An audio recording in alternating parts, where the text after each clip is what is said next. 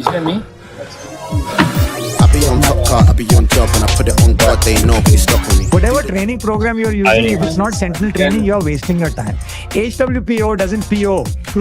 Well proven is actually okay, but ours is better. Get some GPP in your life, uncle. We program fun and challenging workouts and preserve the most effective cure for and barrier against chronic disease. We review your workouts and give feedback and spend hours getting the workouts right. Sign up now at trainsentinel.com. If you don't, well then everything they say about you is true, you concubine. All right. Shut up, Facundo. Welcome back. We're at the final event, final day. French Throwdown. We've got Facundo. Facundo. It's a U. It's not an O. It's a U. Facundo, please. Facundo. Okay, leave it. It's okay. We're fine. Better the first time, was it? We've got our final event coming up. We've got our first heat of women. Just bring us through some of what's happened. So Elisa Fuliano in first place. She's in line for about, €12,000 first place. She can't go to the games because she didn't do the Open. I mean, you have to regret that. Claudia Gluck in second place. She's about 70 points off. Can go to the games. Lucy McGonigal behind her. Can go to the games. Taylor Howe behind Lucy. Cannot go to the games. Didn't do the Open. Again, I mean, just has to be dripping with regret over that. And then Aline Wirtz is the closest to Lucy McGonigal who can go. Decent, 40-odd points. She would need quite the performance and quite the capitulation from Lucy. Lucy didn't do great in the last event. Pushed her down to third. But it's still in her hands, really. This next one should suit her. Johnny, do you want to bring us through the workout? Yeah, this one's going to go quick. So it's for time 24, 18, 12 chest to bar pull-ups. And then we've got 12, 9, 6 of a sandbag squat at 70 kilos. This workout is all going to be on the sandbag. And that is a very challenging sandbag squat. I've been told that they have to front rack it on the shoulder and no belts are allowed. That's true. And they also have to carry in a sand. I'm doing great today, right? They have to carry the sandbag on the bear hack on the carries. Is the belt rule to stop them kind of using that as a shelf on the carry? Is that why the belt was removed, or what's the logic there? You need to ask the chief of floor. Okay. That wasn't a programming suggestion. That was no. Okay. I mean, we did change for it to be over the shoulder for the squats, but the rest they are free to do whatever they want to do in terms of the organization. How are you, Pedro? Having fun? Yeah, I'm good. How are you? Is CrossFit nearly sold? What's happening there? So who's first? I mean, I'm thinking that I see athletes going into the second set of chest to bars. Yeah. So you got 24 in the first round, 18 in the second round, chest to bar, and then after they do that, they got 9 sandbag cleans, a carry, and then they're back for a final set of chest to bar, final set of squats, and then a carry over the line. Is there a standard? I'm cut on the stream. Sorry. Is there a standard on? Actually, I can make it bigger here. Hang on. Thank you. Is there a standard on the end? For what? You remember we saw at Rogue the other, in the Jewel a couple of years ago, where they could dive across the line. Do they have to? Is there a rule about the sandbag at the end? David Nouvelle is the director of sports. He does the standards. Okay. As in the workout, I think that no, but yet again, I'm very very well informed here. If we see one person dive across, we'll know. We know he's allowed, or he get no rep. Yeah. What's the weight for the girls there? 70 kilos. 70. Yeah. So not inconsequential, really. Yeah, this workout will be won and lost on the sandbag. There's a couple of girls that just failed the sandbag clean to the shoulder.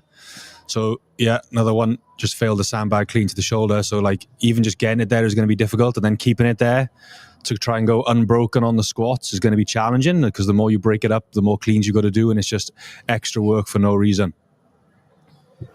That girl there, so I can't actually see what lane she's in. So we can see what you can see. So if you're expecting us to say, there is Fidelma Ulentrovic in lane 6, that's not going to happen. She's cleaned it, dropped it, and thrown her arms up. Is that I'm pissed off with myself that I can't do this? Or this sandbag, is there something wrong with it? What? I would just say it's the frustration of how heavy the bag feels. Yeah. Well, I mean, this is the 7th event, right? I'm guessing that they might be a bit tired. But 8. Oh, sorry, 8. Yeah.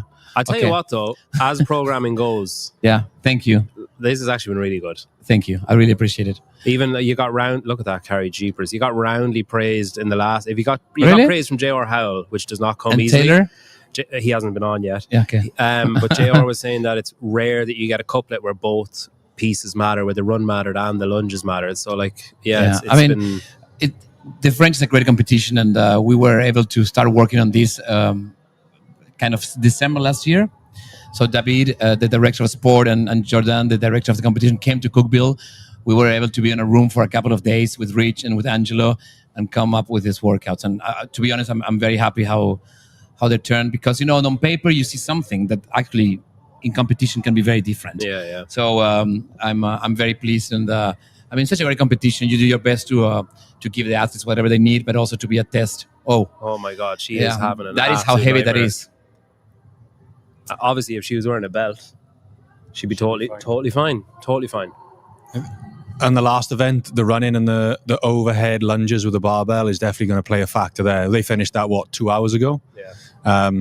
Last event of the weekend, chest to bars, they're all going to go unbroken on that, or maybe break it once per set if they want some rest on the sandbag. But that's a heavy sandbag squat for that many reps, and that last event is going to make them even more challenging. Well, you get a glimpse of how complicated it is. Yeah. Like if you get it up there and it's not in a great position, it's just a matter of time before it comes down. And then, like Johnny says, you have an extra clean every time. So 4:56 in one of the center lanes. I think having the sandbag on the shoulder as well just makes it easier for the athletes to hit good range of motion, get in depth, and being able to stand all the way up. Sometimes if they had options to squat wherever and they go with like that bear hug position to squat, depth becomes much more challenging, the lockup becomes much more challenging, and there's just a bigger grey area for some no reps. So this standard of the sandbag squat is a positive. Thank you again. You're being so kind. I came scared, actually. Nothing. So how do you feel as a commentator, Pedro? Like, how was the event? Or No, just, how you feel you are doing? Great job. I wouldn't classify myself as a commentator. I was quickly reminded of that fact from the From the comments beginning. on the first day's live stream. You told me, careful No. when you come here. I think I enjoy it. I enjoy this. Oof. Style. Oh, la, la. Oi, oi, Oh oi. my goodness gracious! How's your pelvic floor? Wow. No, I enjoy this kind of thing. This like relaxed. You know, you're basically watching along. So if you see something, say it, rather than an official. It's not what I do. I'm not a commentator. I'm not play by play. So if people are coming here to see that, I apologize that you came with the wrong expectations. I'm just here to have a bit of fun myself, entertain myself. This girl is hating her life in the red top. Or me. Look at this. Or Go on, you hating have me. it. Go on. Yeah. There you go. That's it. Yeah, she's got it. She looks so unconfident in where it is. Barkley says Peter is an analyst. He is not. At best, I'm an analyst. No, I don't claim to be anything other than someone who talks into a microphone. Doesn't really matter what I say. Okay, well, back to the competition floor. What are the news? How many athletes have finished? How many what? Athletes have finished. We have 4 athletes, Five I think. across the line, I think. That was the 5th. 6th. So there's a 9-minute cap, so you've got about 2 minutes left. They're just kind of trickling across. I mean, I wouldn't say that they don't look, I mean, I'm sure they're happy it's over, but they don't look particularly pleased to be there anymore. I think they're just ready for it to end. To be honest, I think that this is a workout that fool many people, because you see chest to bars. I mean, there's not the most complex things you see at the end of the competition. I think the athletes are more used to see legless rope climbs, ring muscle ups, bar muscle ups, or something more complex. And they take the chest to bar for granted. But the combination between being able to, to lift that heavy sandbag from the floor, to place it, to keep moving, to back this bear hug carry, it comes, as you see, as a real challenge. I guess as well, Johnny, would it be accurate to say that, say, like this first heat, we won't see as much of this in the second heat, because it'll be a higher standard of athlete who are maybe more used to doing this level of volume and won't be as impacted by the weekend so far? It depends what their strengths are. Like, I think you'd see even some top athletes that maybe don't do as many heavy sandbag squats. Like 70 kilos is heavy for the ladies. The guys have got a 90 kilo sandbag. So I remember listening to one of the interviews, and some of the guys hadn't practiced with a 40 kilo dumbbell. So if they haven't got a 90 kilo sandbag to practice this event with, I think you're going to see a lot of shocked faces potentially when they go to do the first couple of squats. Even in the second round, 12 is a lot at the start. The hardest round is 9. It's still a relatively high number, and you've already done 12 squats at that point. So if people don't have these sandbags at home in the affiliates or in their garage gym to practice with, I think it's going to catch them out regardless of what level athlete they are. Have you tried this workout? No. Did you? Maybe I'll put it. We have one 95 kilo sandbag in the gym, so maybe I'll get one of the coaches to try it when we get back. How many do you need for you? One is enough. I could barely clean that sandbag. Move it with the foot. Can I empty the sandbag before? Can it be a 90 kilo sandbag that's empty? Yeah, you can. I mean, so here we're coming up. Does she know the time is over? Is she just being a good person? I think that they are.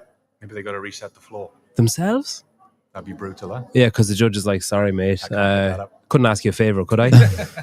Well, they did at the games. At the games, I remember, or in regionals, you had to bring back the worm yourself. Oh, really? Yeah, with yourself, your team. Yeah, which is fine. I mean, one more, one less. You change, said that you imposed the standard of on the shoulder. Was that after Wadland Fest? Yes. Yeah. That was a shit show, the squats and that. Well, I think that we missed really on creating a standard that that was. Did you assume that they were going to do that? Did you assume when you programmed they'd be like, well, generally when I program, I send the program. The chief of sport of the competition does the standards and the flow and anything else. But I should have been more cautious. One sec. Maybe we'll come back.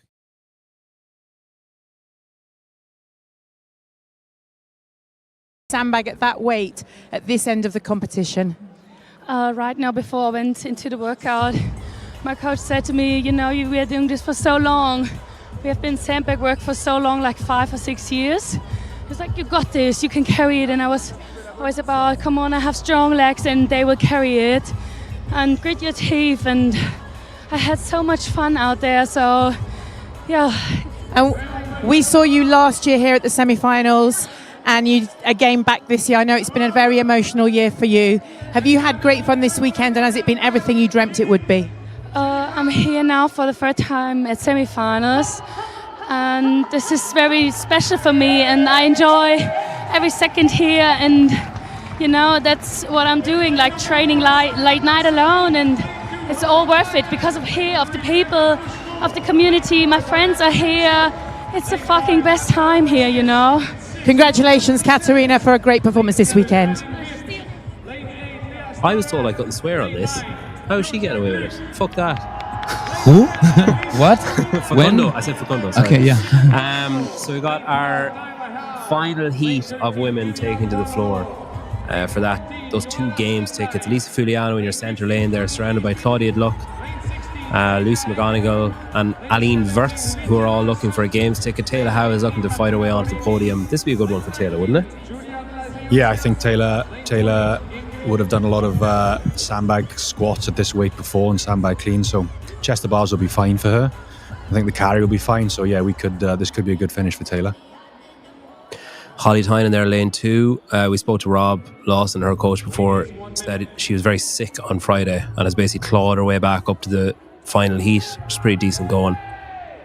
Said that they basically got through Friday and then just clawed their way back yesterday and today. Lucy McGonigal, 18, looking for her first rookie appearance at the games. Claudia Luck there last year on your screen now. She's hoping to come back, go back again in front of the home crowd. She did it last year, wants to do it again. Lisa Fuliano to her right as you're looking at her. Can't go to the games but can win the prize money. They just take and they take and they take. I mean, Claudia did great this weekend, no? She had a rough start in the first event. All but then, of those, though. Elise Fuliano, Claudia Luck, Lucy McGonigal, Taylor Howe, all had a bad start and all clawed their way back up.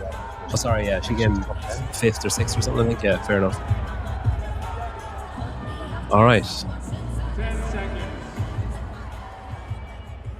Oh, look at that air horn. Great shot. Great.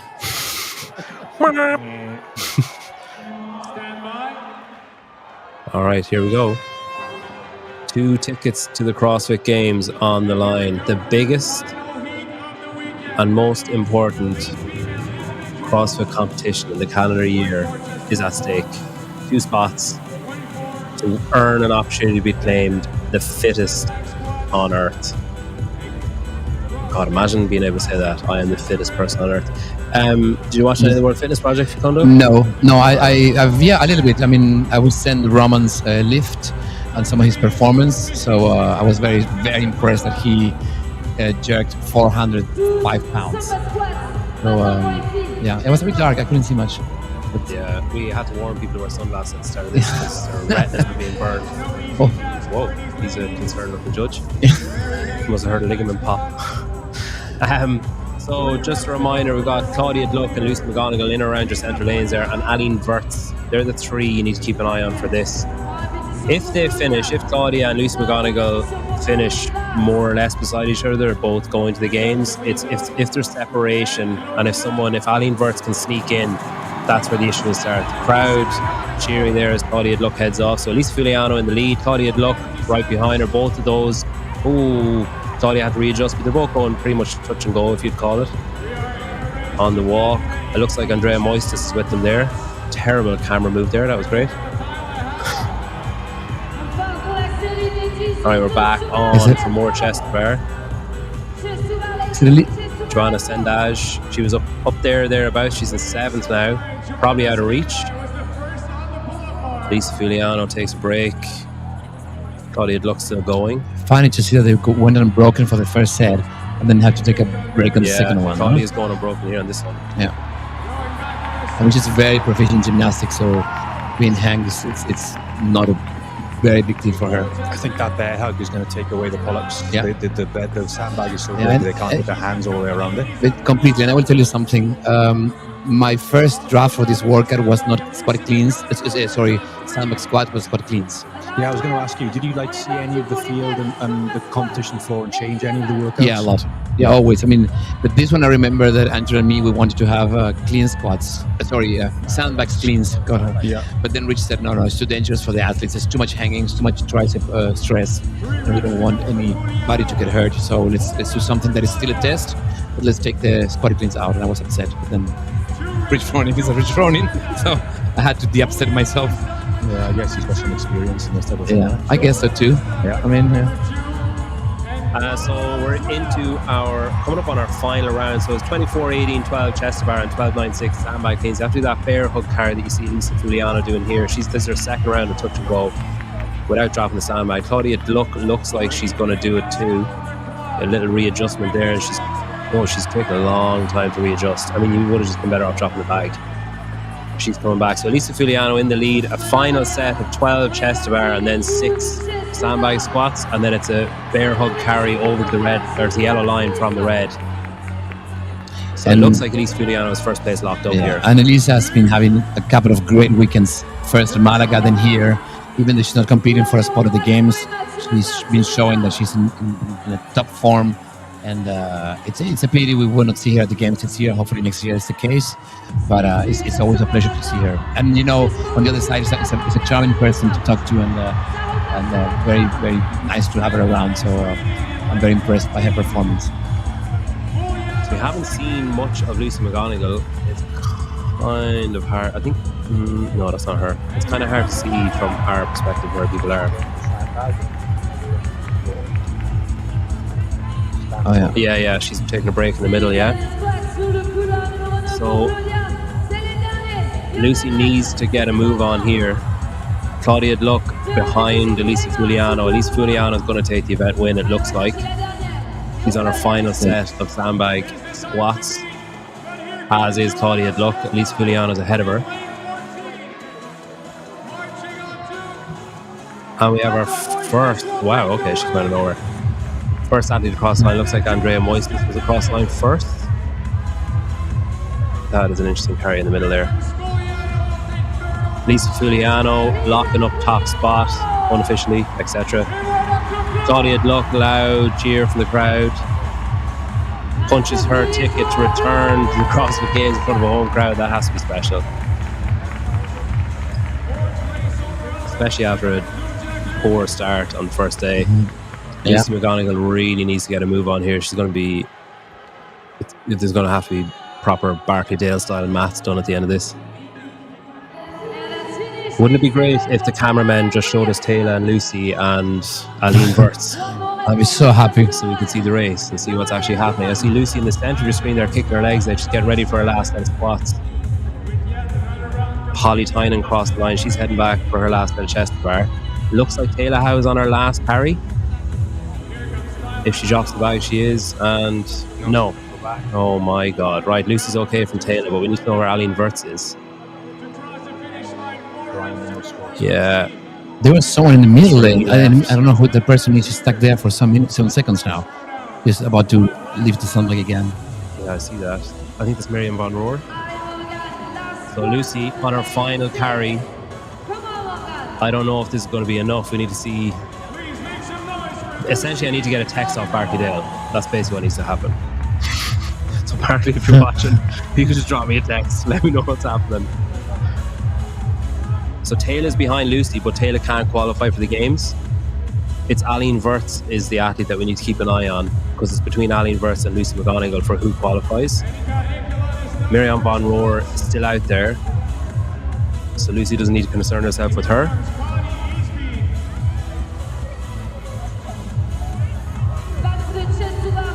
So 6 minutes 30 on the clock, a 9-minute cap. Most of the athletes into that final round of 12 chest to bar, 6 sandbag cleans, or 6 sandbag squats, sorry, and then a carry across. Holly Tynan on her last set of squats. Taylor Howe heading for her last set of squats. We have athletes just collapsing across the line at the end. I mean, the legs have to be gone at the end of this. You think? It's a long weekend. It's a long weekend, yeah. We've got a race. Holly drops the bag. Oh, what does keep happening? It's. I think Lucy might be good, according to Barbell Spin, who's definitely better at math. He's not as good at maths as Barkley, but he's better than me.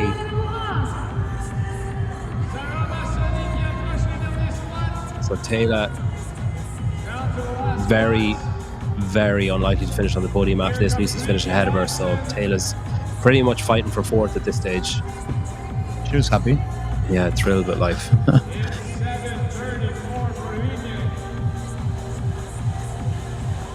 About 90 seconds to go. Taylor on her last set of squats. Oh, jeez. Miriam Von Rohr also on her last set of squats. Looks like Taylor's going to finish ahead of her, so another athlete Lucy doesn't need to worry about.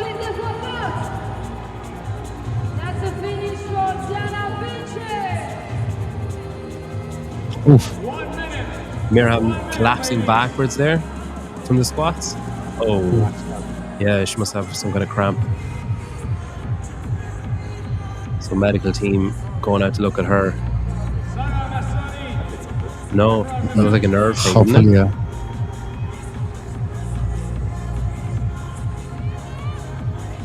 Taylor heading for the finish.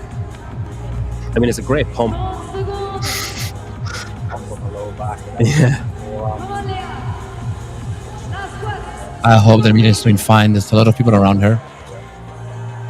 So Barkley's telling me if Aline didn't beat Lucy or Claudia by a decent number of spots, Lucy and Claudia are safe. So unfortunately, we actually have no clue where she is.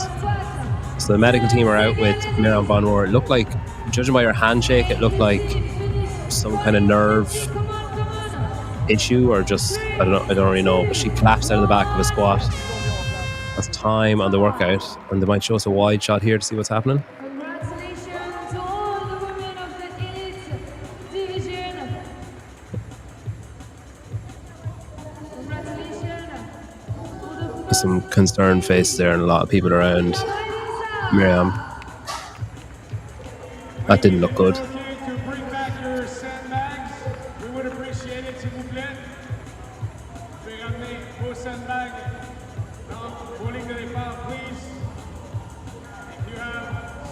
So we might have a bit of a delay before our final heat. Crowd give her a bit of applause leaving. I mean, we have absolutely no information. If we hear something, we'll tell you. But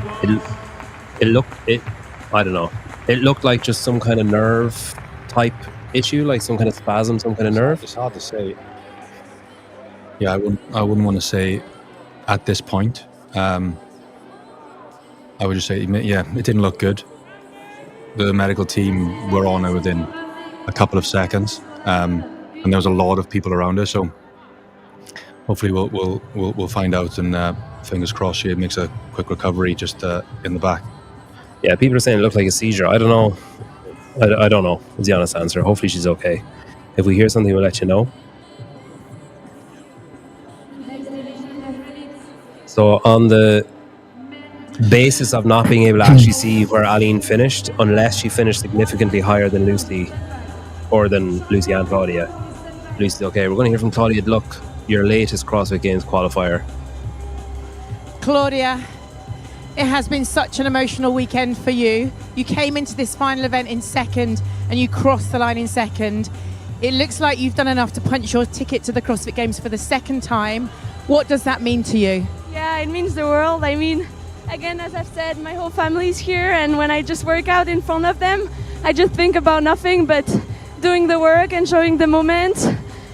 Embrace the pain a bit as well, I have to say. After 8 workouts, it's been a lot. Long weekend, but I'm happy now. And the final workout had a gymnastics element in it, and if there was a workout that you were going to thrive at, it would be one of those. You were able to cycle through those chest to bars in big sets, but how heavy did that sandbag feel in the last event here? Yeah, I knew I was quite safe entering the final. Usually I don't look at leaderboards, but that's also something I've learned with experience, that on this one I didn't have to race and to either win or whatever, but just play it safe and go through the gymnastics, but be sure that I recover and be really strong on the sandbags. I know you didn't do the online semi-finals last weekend to be fresh for this event. How much do you feed off the French crowd here in the arena? Yeah, really, it didn't even cross my mind to do those online because I know the crowd would be crazy here, and I just knew I had it in me to do it in front of my favorite crowd. Claudia Gluck, unofficially, you've punched your ticket to the 2025 CrossFit Games. Huge congratulations for us. It's been an absolute blast. Thank you so much, guys. See you there. Okay, Claudia, look, Facundo is gone. He wants to go down and see if Miriam is okay. So if we hear something from that, we'll let you know. But I mean, I don't know. Didn't look great, to be totally honest. I mean, that was. So somebody's asking, is there anyone at French Southern who could qualify that was in the top 11? No. So Enrico Zanoni was in the top 11 and was due to compete here, but will no longer he just didn't compete because he had some kind of calf issue, I think. We're guessing, yeah. He's the only one that was in this inside a qualifying spot for the top 11. Moritz Fiebig has already qualified. He's in second place, so he's essentially irrelevant to the game's qualification process. Branislav Alenkovic has done the Open and top 1%, etc., so he is in a qualifying position. The real fight comes in the spots behind there, in third, fourth, and fifth. So Nika Maradze is in 480, 4 points behind him, Fabian Hermans, 4 points behind him, Callum Clements. So essentially what you're looking for here is who out of those three guys can finish fastest, and Callum will need a couple of people finishing between him and Nika. Nika just needs to finish ahead of the other two guys. That's all he needs. Fabian needs to finish ahead of Nika and to have someone come between them who isn't Callum, basically. Yeah. If you're Nika, it's basically yours to lose at this point. Yeah. If you're Callum, Fabian going in, you basically got nothing to lose. And I don't know which one I'd rather be in, which situation I'd rather be in. Chasing or being chased, yeah. I think I'd rather chase. Just keep my eye on what's going on around and just try and maybe steal at the end. Yeah. That's the problem. Yeah. All right, here we go. All right, so heat one of the guys fighting for ego and maybe some kind of potential airwave no strip deal on the line. Yeah, not a games ticket, but they might get a pair of shoes out of it. So 9 minute cap. Do you want to take us through the workout, Johnny? Yeah, it's 4 time. It's going to be short. There's a 9 minute time cap on it. It's 24 chest to bars, and then it's half the number of sandbag cleans, 12, and then it goes 18 chest to bars, 9 squats, 12 chest to bars, then 6 sandbag squats. In between or after every single round, the athletes have to complete one back and forth the sandbag carry.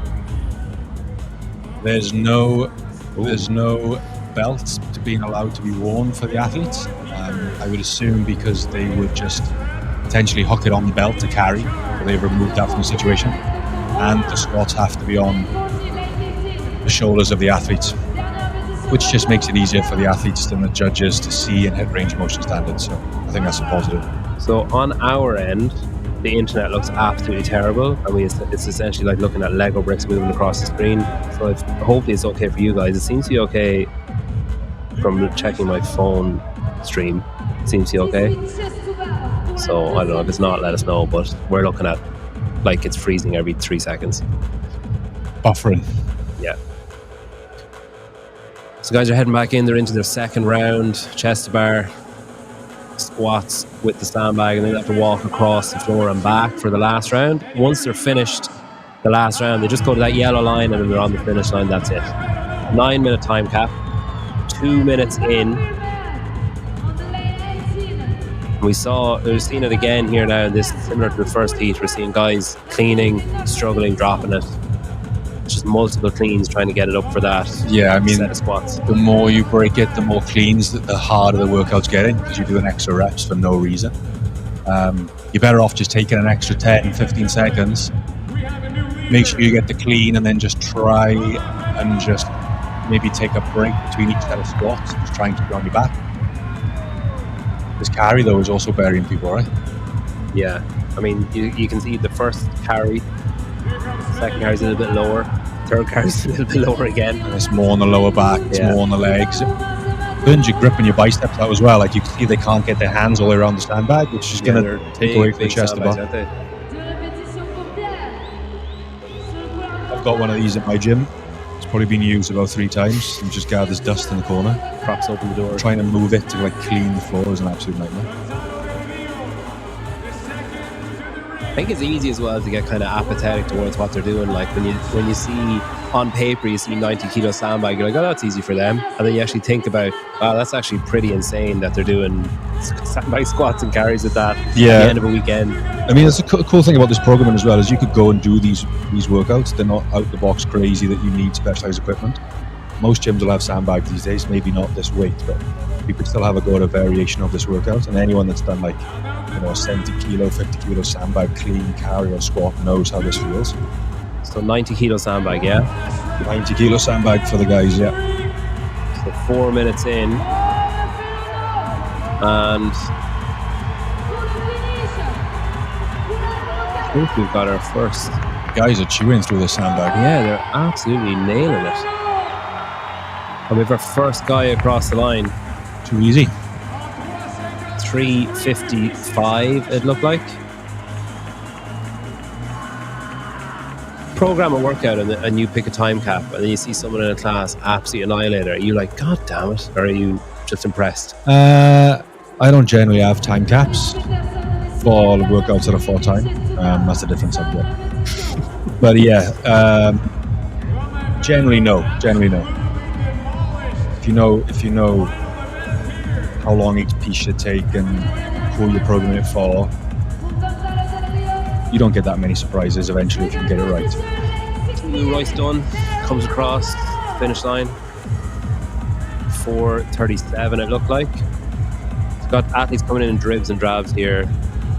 Lots of separation. We've still got athletes on our last round of chest bar. A couple of athletes coming up their last round of squats. And then, as we see here on your left, carrying it across that yellow finish line onto the timer mats. Failed sandbag clean. It's like all these guys could snatch way more than 90 kilos. You put in a sandbag. Yeah. Varies people if they don't practice with it. I'd say there's some relief to be finished. Like, I can't Do you think wait. so? I can't wait to be finished, and I haven't even touched the barbell. They must be just exhausted. Yeah. What do you think they'll do tonight? A couple of beers? I mean, in the hotel last night, Callum Temmett was up till 10:30, 11 o'clock. I was like, man, go lie down. Sitting in a crappy chair in a hotel lobby.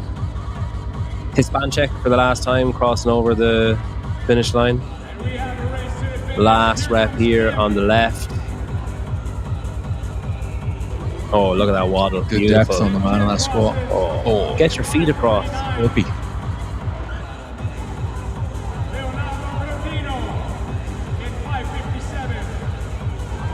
I didn't see a standard on the carry. Did you have to go back behind the line or on the carry, or is it just wherever you drop it, pick it up and move again? I would say they have to pass at least the white line. Yeah. Imagine carrying it so far and having to take it backwards. Oh, just go home.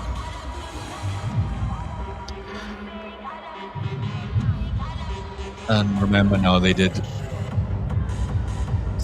80 meters of lunging in the last workout. Yeah, so it's actually pretty funny. I just read a comment from Meredith saying, I think the men's sandbag weight was too light relative to the women's weight, but you just see like the way the guys are falling across the line. I'd say it's probably about right. Yeah, it's usually about 70%. So you could argue that the Maybe 65 would have been. the female sandbag is a little bit heavier, but the females competed against the females and the men competed against the men. So Yeah. Yeah. Ollie, So, Ollie, yeah, I mean- Ollie, do you want to jump in, Ollie? Go on. Ollie Mansbridge is coming in, so I'm just going to move it over the other side. Yeah, you go to the other side. Keep out of the mic. These are UK. No, UK. I didn't give it any choice. What's your official title? UK country manager? International country manager? European country manager? Continent? It basically is now international regional manager.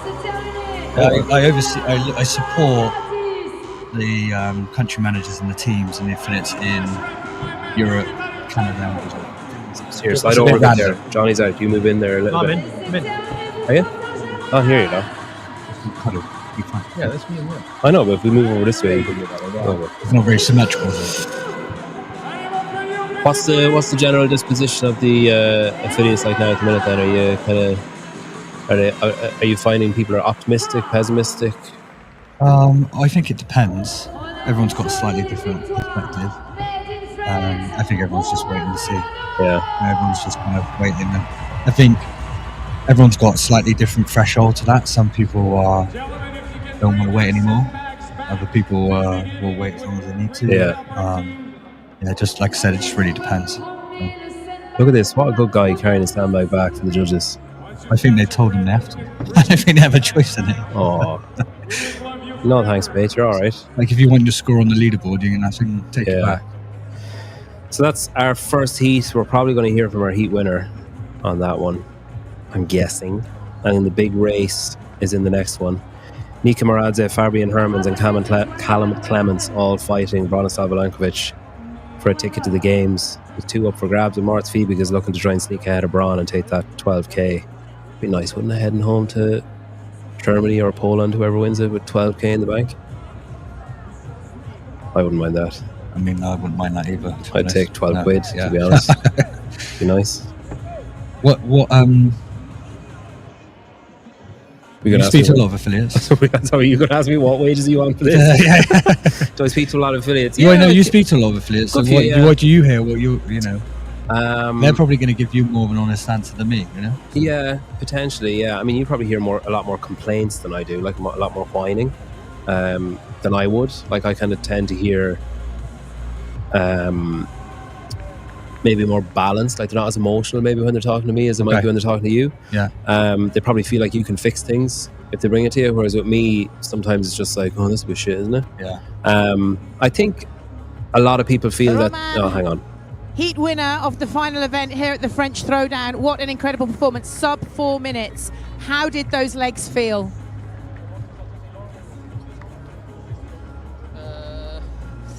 Ça piquait un peu, surtout le dernier en fait, les 6, c'est là où il y en a le moins, mais c'est là où ça pique le plus. I really like French Showdown. Tu sais que c'est les 6 dernières, tu lâches pas et tu fonces. I got a cool necklace, nice hair. The leg hurt a little bit, especially the leg hurt a little bit, especially the last 6. Those were the fastest ones, so yeah, that's the one that burned the most. Congratulations, Roman, on your heat win. Thanks so much for all people. Thanks. Congratulations. All right, I'm very bad at translating French. My engagement with affiliates mostly has been, I think that people think that there's a lack of leadership and there's a lack of, that things are a bit rudderless and just kind of stagnant, and that people are jumping off the ship and that there isn't enough, effort being made to maybe drag them back on. And I think it's a higher up problem than you. I think it's people maybe feel like at the very tip top there's just a lack of effort and a lack of, right, we need to fix it, and this is how we fix it, and this is what we're going to do, and we're all going to do it. And I think now it's more like, well, I mean, we need to keep people happy, and we need to, and I think a lot of affiliates feel maybe disillusioned by that, frustrated by it, let down by it. I think once we can get some kind of solid plan, I think as well there's probably an issue of a lot of affiliates are looking for handouts and easy fixes, and that's not how the affiliate model works. Like, that's not what CrossFit ever was. It was never a, hey, let's take you by the hand and do everything for you. But there could be more done, more advertising, more. I don't think affiliates necessarily want programming, or I don't think they want like that kind of thing. I think they want, maybe some of them want business advice, but I think a lot of them want media. They want attention. They want eyes drawn to the affiliate map. They want the name crossed above their door to be like, yeah, it's fucking CrossFit, man, and not like, yeah, maybe it's a higher up coming up, I might just do that. Yeah, I think that's what the general vibe seems to be. I just swore again there. I would say that was consistent with what I've heard. So we had Facundo. He's been ably replaced by our, say it again, international regional affiliate manager. Almost there. Okay. Facundo went down. Miriam Von Rohr in the final heat of women had an issue with one of the last sandbag spots. She sort of collapsed underneath it and fell backwards. He's gone down to check how she is and make sure she's okay. In the meantime, got the important issue of 2 tickets to the CrossFit Games up for grabs and a place on the podium at the 13th French Throwdown. Johnny, do you want to take us through the workout one last time? Yes, we got 24 chest bar pull-ups. The athletes just hit. Moving on to 12 sandbag squats at 90 kilos. No belts are allowed for the athletes, and the sandbag has to be racked on the shoulders. After every single round, they have to carry the sandbag up and back. The second round is 18 chest bars and 9 squats with the sandbag, and then a carry up and back.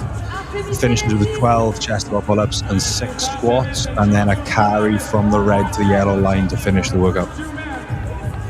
So Anistis Armitis is leading the way. It looks like Georgios Carvas is behind him there. The ones you need to keep an eye on are Nika Muradze, Fabian Hermans and Callum Clemens.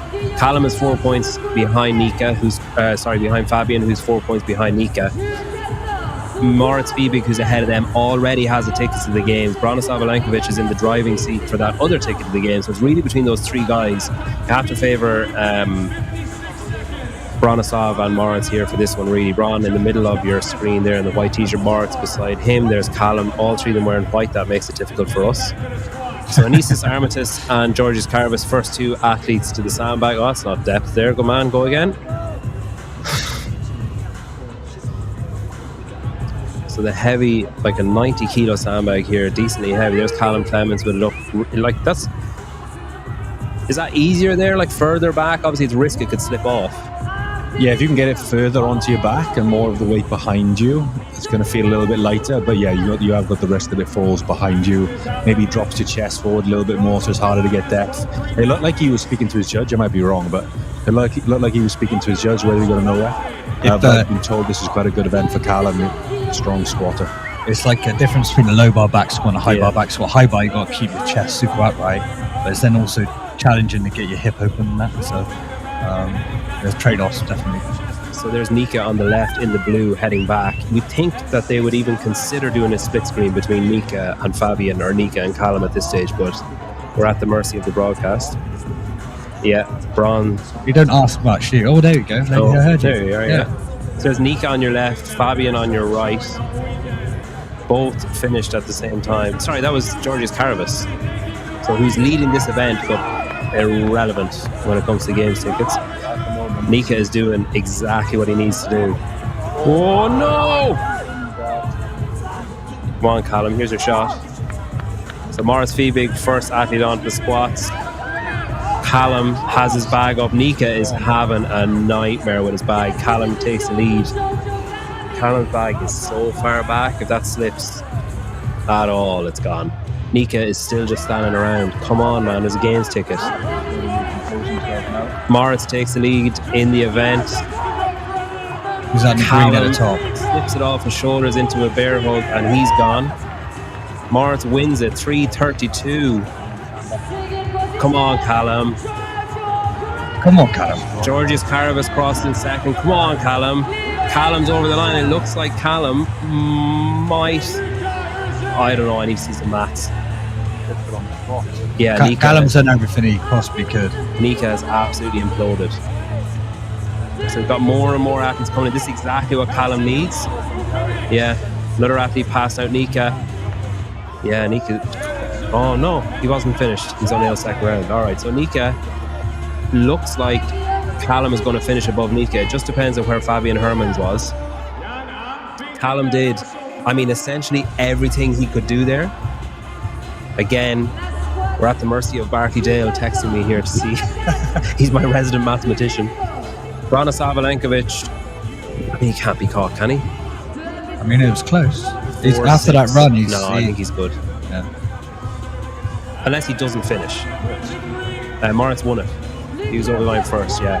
So Moritz might have snuck into first place there. I just need someone who's better at maths than I do. Braun is absolutely shitting the bed. So Braun is across 4:54. We've another athlete finished ahead of him there. Two athletes finished in front of him there. So Braun has done absolutely everything he can do not to qualify for the CrossFit Games in the final event. Like, obviously just doesn't want the airfare twice. He's going to the age group as well. He's like, screw that, I don't want to go twice. Should we do both? He said last year he wants to do both. And he didn't qualify for the games, but he qualified for the age group. And then he said, okay, this year I'll do both. I actually think, I said earlier on, he's with Underdogs. I actually think he's with Training Culture now. Because it was the programming's fault. 3 to go. Come on, Hispanchik. Last one. Now, is he going to drop it or hold it? Good man.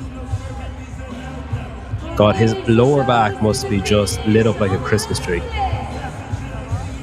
Nice little hug. Get a room. Alright, so 5:49 on the clock. Someone said Braun did great for a Masters athlete. Yeah, but this isn't a Masters competition. This doesn't work like that. That is a heavy old sandbag. Moritz out helping his... Oh my god. Okay, here we go. He has it. Go on. Go on, son. There you go. No one's missing him in those shoes, are they? He'd be able to complete the project in those shoes. You'd be able to see him.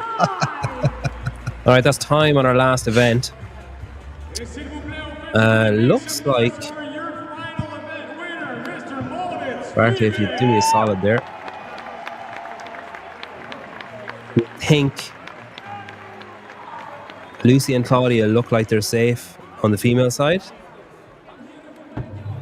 We think. Hasn't updated yet. Where's Barkley getting his info from? His head. He's just crazy good at maths. Well, is he clocking who's coming over the line and then figuring it out? Basically? Yeah, he's doing his best to figure it out. But he sent me probabilities and stuff yesterday. He's essentially functioning autistic. Okay, cool.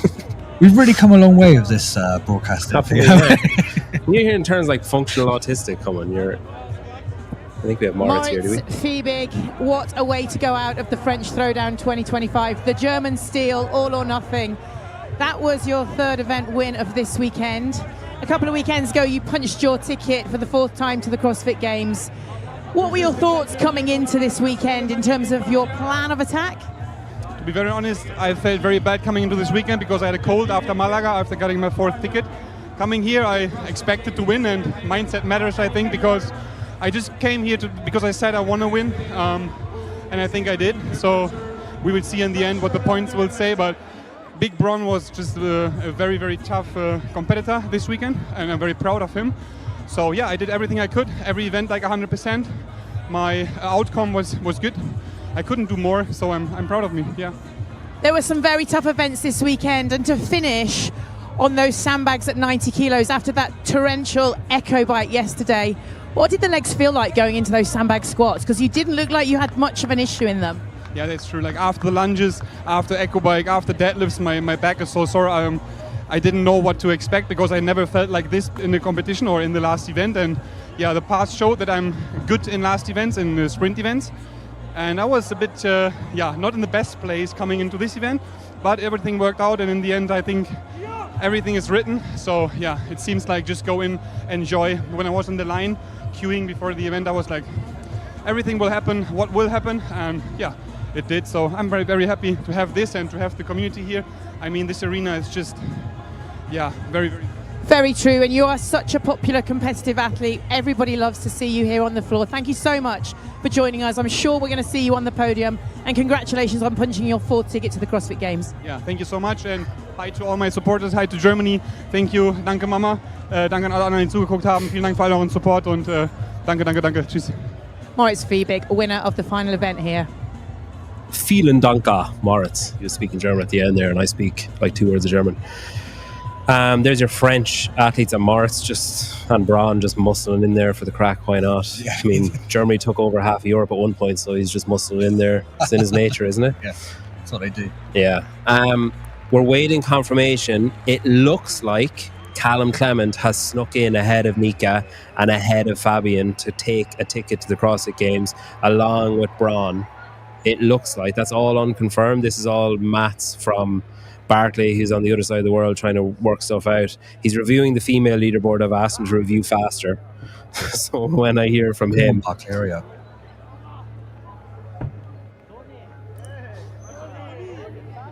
Yeah, I swear, like, back in the day, Baileys and Bridges and that, they're not huge blokes, are they? Like, you see these guys and they're absolutely jacked. Is that just the evolutionary thing? Yeah. I mean, I used to walk past the athletes and be like, yeah. I could take you. Yeah. You want some? You want some? Now I feel like a child. Yeah. They shake your hand and you feel like you've got like a literally 6-year-old hand. Yeah, I think one thing that I think is cool is that like Moritz is already qualified for the CrossFit Games. Obviously, there's prize money up for grabs.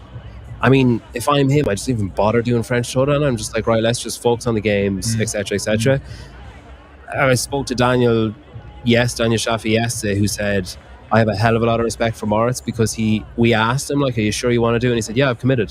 Yeah. And he didn't just show up and go through the motions. Like, he's doing absolutely everything he can to win it. So huge respect for Moritz for that. I think there's something in just practicing competing as well. You know, like they've got to practice warming up, cooling down, fueling, all that type of stuff. Right? So and not just go through motions, right?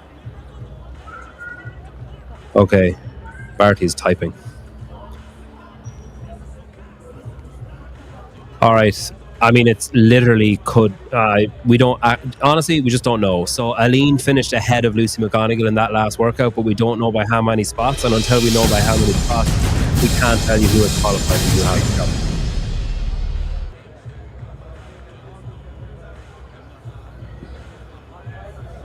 So I think what I'll do is I might play an old ad and then we'll come back to you after the ad. We do a little level 2 ad maybe? I'll look at this angle, right? Ready and deadlift. What's he done straight away? Does that make sense? Yeah. Guess what happens on a barbell? Exactly the same thing. So that just gives you something for him to think about, which is going to make him better deadlifting. Gives you something to see on the deadlift. Is that fair? Yeah. No, that's cool. So where I would go there is the deadlift and shrug was good, beautiful progression, lower body, upper body, but he was early, so he did shrug, same thing. Right. So you want to see hips, arms, right? So it's like a deadlift, and I asked you a question, you don't know the answer. So when they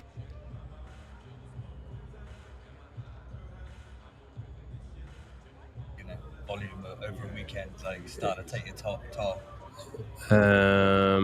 I don't know what happened there. Anyway, go and take your level 2. You can find courses at CrossFit.com. Trying to see. Just meet Johnny. That's true. That's worth the cost it is. Trying to get rid of. So this is, I'm editing in real time. Just to get rid of the feed. We go this. Back to here, and we should be, there we go. That's good, isn't it? Can you hear us? Yeah, you can hear us. All right. So we're waiting for confirmation. People gave out yesterday. They left us small in the corner of the screen. So I'm waiting for confirmation on what's happening. So we have, it looks like, to the best of our knowledge, that Callum Clement, who was 76 points behind a qualifying spot yesterday, before the last workout, clawed his way back up to within 4 points after the Echo Bike workout yesterday. And I think he snuck in ahead of Nika and Fabian, who are 4 points ahead of him and 8 points ahead of him, respectively. No, not respectively, the other way. Nika was 8 points ahead of him. To take that last spot, to go back to the CrossFit Games after being there yesterday, which is, I mean, that's serious mental resilience to be like, no, I can still do it. Yeah. And not just, like 76 points, you'd be forgiven for just being like, screw it. It was like you boys said, I think it's much better chasing than being in that position, right? And yeah. I know it didn't sound like he did great in the last workout. Did it in 6? In the sandbag? Yeah, no, the one before. I was speaking to the Spanish team, and they're like, "Yeah, you know, it was the close, run, but he didn't do great." Yeah, he didn't do the lunge. Yeah, no, he. I think he struggled compared to most on the overhead lunge. I mean, I'm sure he did great. I mean, I'm sure he did much better than I would have done, right? But compared to the field, and Nika did very well on that as well, right? So we're still waiting. So when was he so far behind after day one, basically? He did well on the row-in bike one, right? Yeah, he did well on the first one. Didn't cover himself. Like, he did all right. Didn't cover himself in glory in the next couple. And then yesterday morning, Isabel was never going to be great for him. Like, it was all right. Yesterday morning didn't do great. Yesterday evening really pulled it back. And then today just fantastic. Got to be well-rounded. He is a unit as well. It's a lot of human that he's got to drag around. All right. So we have unofficial word that Lucy McGonigal has earned a rookie ticket to the CrossFit Games, which is fucking amazing. How old is she? 16, 17? 18. You were going to get there in the end. She turned 18 in Christmas. I think her birthday's like the day before mine, I think. Yeah. And multiple years after. So there was a decent finish in time between Aline and Lucy, but not enough people came between them to make a difference. So we think, pending confirmation, Lucy McGonigal has qualified for the CrossFit Games as an elite individual for the first time, along with Claudia Gluck. Elisa Fuliano stands on top of the podium, can't go to the Games because she didn't do the Open. And we are waiting confirmation, but it looks like Branislava Lenkovic and Callum Clement are going to the CrossFit Games from the men's side. You would have had some good odds on that before it started. Yeah. Crazy, yeah. I basically just made myself look like a moron playing the Heat 1 app and picking absolutely useless picks. Who did you pick? Oh, like basically nobody in the top 5 on either side. No, I think I had Claudia. I thought Claudia Gluck might. I think I had Elisa Fuliano to win. Claudia Gluck comes second, maybe. I'll just check my Heat 1 app now. Well, so then you nailed it then. You didn't do terrible. Overall, I think I did. Let's see. Can I get it up? There we go. Oh, I had Callum Clement first. Ola Zupanik second. Absolutely miles off. Moritz Fiebig third. Enrique Zanoni didn't even flip and compete. Luke Parker, no. Where did I have Braun? 10th. Right, well, I fucked that, didn't I? On the girls' side, Claudia Gluck first. Karen Freyova didn't even come here. Elise Fuliano third. Taylor Howe fourth. Oh, that was right, was it? Maybe. Lucy McGonigal fifth. Yeah, you're not a million miles off. So I had Lucy McGonigal and Claudia Gluck in the qualifying spots because Karen Freyova couldn't go, Elisa Fuliano couldn't go, and Taylor Howe couldn't go. Where's Karen? I don't know, in Serbia or wherever she's from. Just didn't rock up. No, she didn't come up. She didn't go to Wadland Fest either. Did you ask Fernando about that? The Did he longest, coach her, or? yeah, it's the longest protest in CrossFit history. I don't know. She's still on that train. Yeah, maybe. Callum game. We think Callum has qualified. We think. Not 100% sure, but we think it's going to be Callum and Branislav Alenkovic and Claudia Gluck and Lucy McGonigal for the first time. I have texts, about 5 texts from Lucy McGonigal's mother being like, where did she finish? Who finished ahead of her? I'm like, you probably have more information than I do. So she just said we have a text. She just said Shane thinks she made it. So Shane Orr coaching Lucy McGonigal. When I was the country manager about 5 years ago, her mum was messaging me then saying, "Hey, my daughter's like really talented at CrossFit. You know, it'd be great if you could kind of like feature her on some of the social media and stuff." And you're like, "Okay, yeah, I'm sure she's." Here's another one. Great. And then she qualified for the games that year, and I was like, "Oh, okay, yeah, she's legit." She's had some very high praise from big names in the sport. So Actually, yeah. Yeah, like That's quite right. Nick Johnson is with her here this weekend, thinks really highly of her. Apparently, like one of the stories I heard was that she went over to Nashville to Proven to train, and she was, with Proven, and then Shane Orr saw her and was like, no, I'll coach her. Okay, yeah. I mean, if you have that kind of earmark. In the last heat of the women then, Mirjam van Roer, or Miriam, depending on who you ask how to pronounce it, we're not really sure what happened. We don't know how she is. Facundo went down to check on her. I haven't heard anything since, but she essentially was cleaning the sandbag and just was spat out the back of the sandbag. Fell down, hand was shaking, looked to be under duress. The medical team were insanely fast at getting to her. Like, before I had even noticed what was happening, 2 people were gone over to her. So really quick intervention from then. She was carried off the floor. There's in the warm-up area, there's like a medical, what are they called? Not St. John, what are they called here? Like Red Cross or I don't know, whatever. I was going to say tent, but you're talking about the organisation, right? Yeah, like a medical ambulance service basically on site, waiting beside the warm-up area. So she'll have received the best possible help as quickly as possible anyway. If we hear anything, we'll let you know, but we haven't heard anything yet. No official confirmation yet. She was, she was conscious when she was getting stretched off. She looked right, but so we think she was conscious. Yeah, she was conscious. Okay, she looked like she was conscious on the floor too. Her eyes looked like they were open. I couldn't see. I really would have been surprised that they whipped her off if she wasn't. Because they were left her state, right? Left her in stasis or whatever. Yeah. Geez, I am surrounded by the whole affiliate team. I've got country managers. I don't think the mic picked that up, thankfully. Well, he's getting ready for it. Ready. We're being ready. So we're still awaiting confirmation, but we think your top 2, Elise Fuliano won the female side. It's between Braun and Moritz for the male side. Moritz already has his games ticket. Elisa can't go to the games because she didn't do the Open. Claudia Luck and Lucy McGonigal. We think Lucy McGonigal is in the last qualifying spot for the game. So Claudia Luck and Lucy McGonigal joining the other, whatever it is, 26 at this stage, going to the CrossFit Games. And then we'll have, we think, Callum Clement did enough to pass out Nika and swap in front of him. The stress, the scoring team, the stress on the scoring team right now is immense.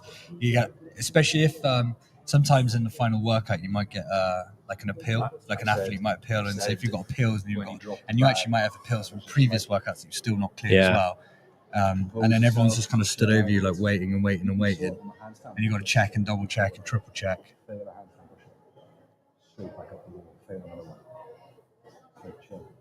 Someone said here that this isn't the first time that happened to Miriam, and that people shouldn't be concerned. They also said, thanks, but rewatch the whole thing and improve hard for the next one. How about you go fuck yourself, George, and watch something else? There's some advice for you.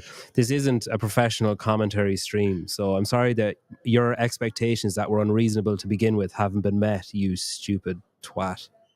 Anyway, Elise Fuliano, first place. Looks like she's going to win 12K, heading back to Mantra in Italy. We've got Claudia looks like she's in second place. Lucy McGonigal looks like she's in third place. Taylor Howe was behind Lucy, so it's more so Aline Wirtz that we need to be concerned with. The leaderboard hasn't updated. I mean, like you mentioned there, Ollie, you're basically looking at if you're Nika or if you're Aline, if there's any kind of judging issue, you're appealing it. Yeah. Just in the off chance you get 1 second back or 1 point or whatever. So we really are just at the beck and call of the judging team and the review team that are going through everything. If there's one appeal, it just delays everything, right? Yeah, and you want to check it, triple check it. If it's a legit appeal, fair enough.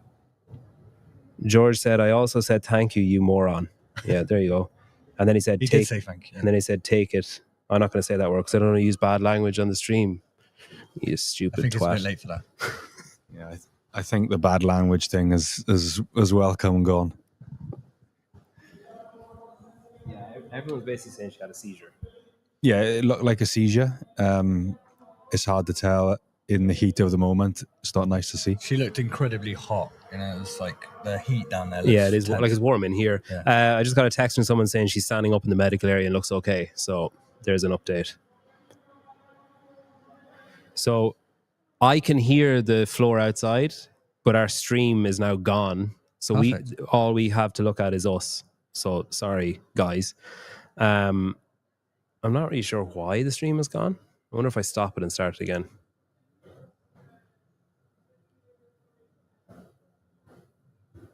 No. So they've turned off the broadcast before they've announced who's going to the CrossFit Games. That's fine. So we'll just announce it ourselves.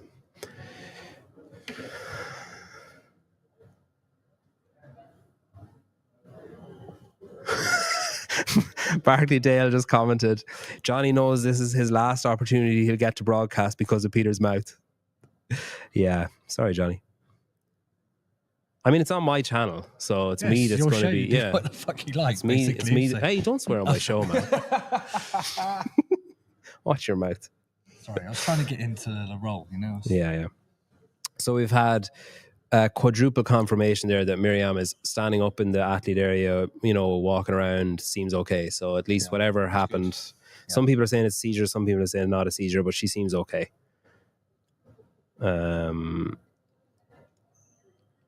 We're asking to get the stream back. And then we're being told they don't broadcast it. You are absolutely kidding me. They're not going to broadcast the announcement at the end. Oh my God.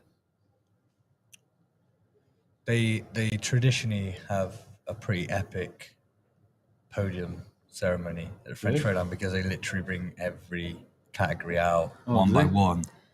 That's probably why it's not being televised. Well, you'd think that they would announce the winners of the elite first and foremost, right? Versus go through all the categories and then. I mean, I have all the respect in the world for Jacques, who's in the Masters 55 plus. But frankly, I don't give a shit when it compares to Lisa McGonigal or Colin Clement and who's getting in. I just put George in timeout. That's the first time I've ever put anyone in timeout in the live chat on YouTube. Did you? Yeah, he didn't even do anything bad. I was just like, I'm going to do it for fun. So what, you just can't comment? He can't comment. So he just has to sit there and fume looking at his keyboard. That was just for my own amusement. I like George really. It's nice having people like that around.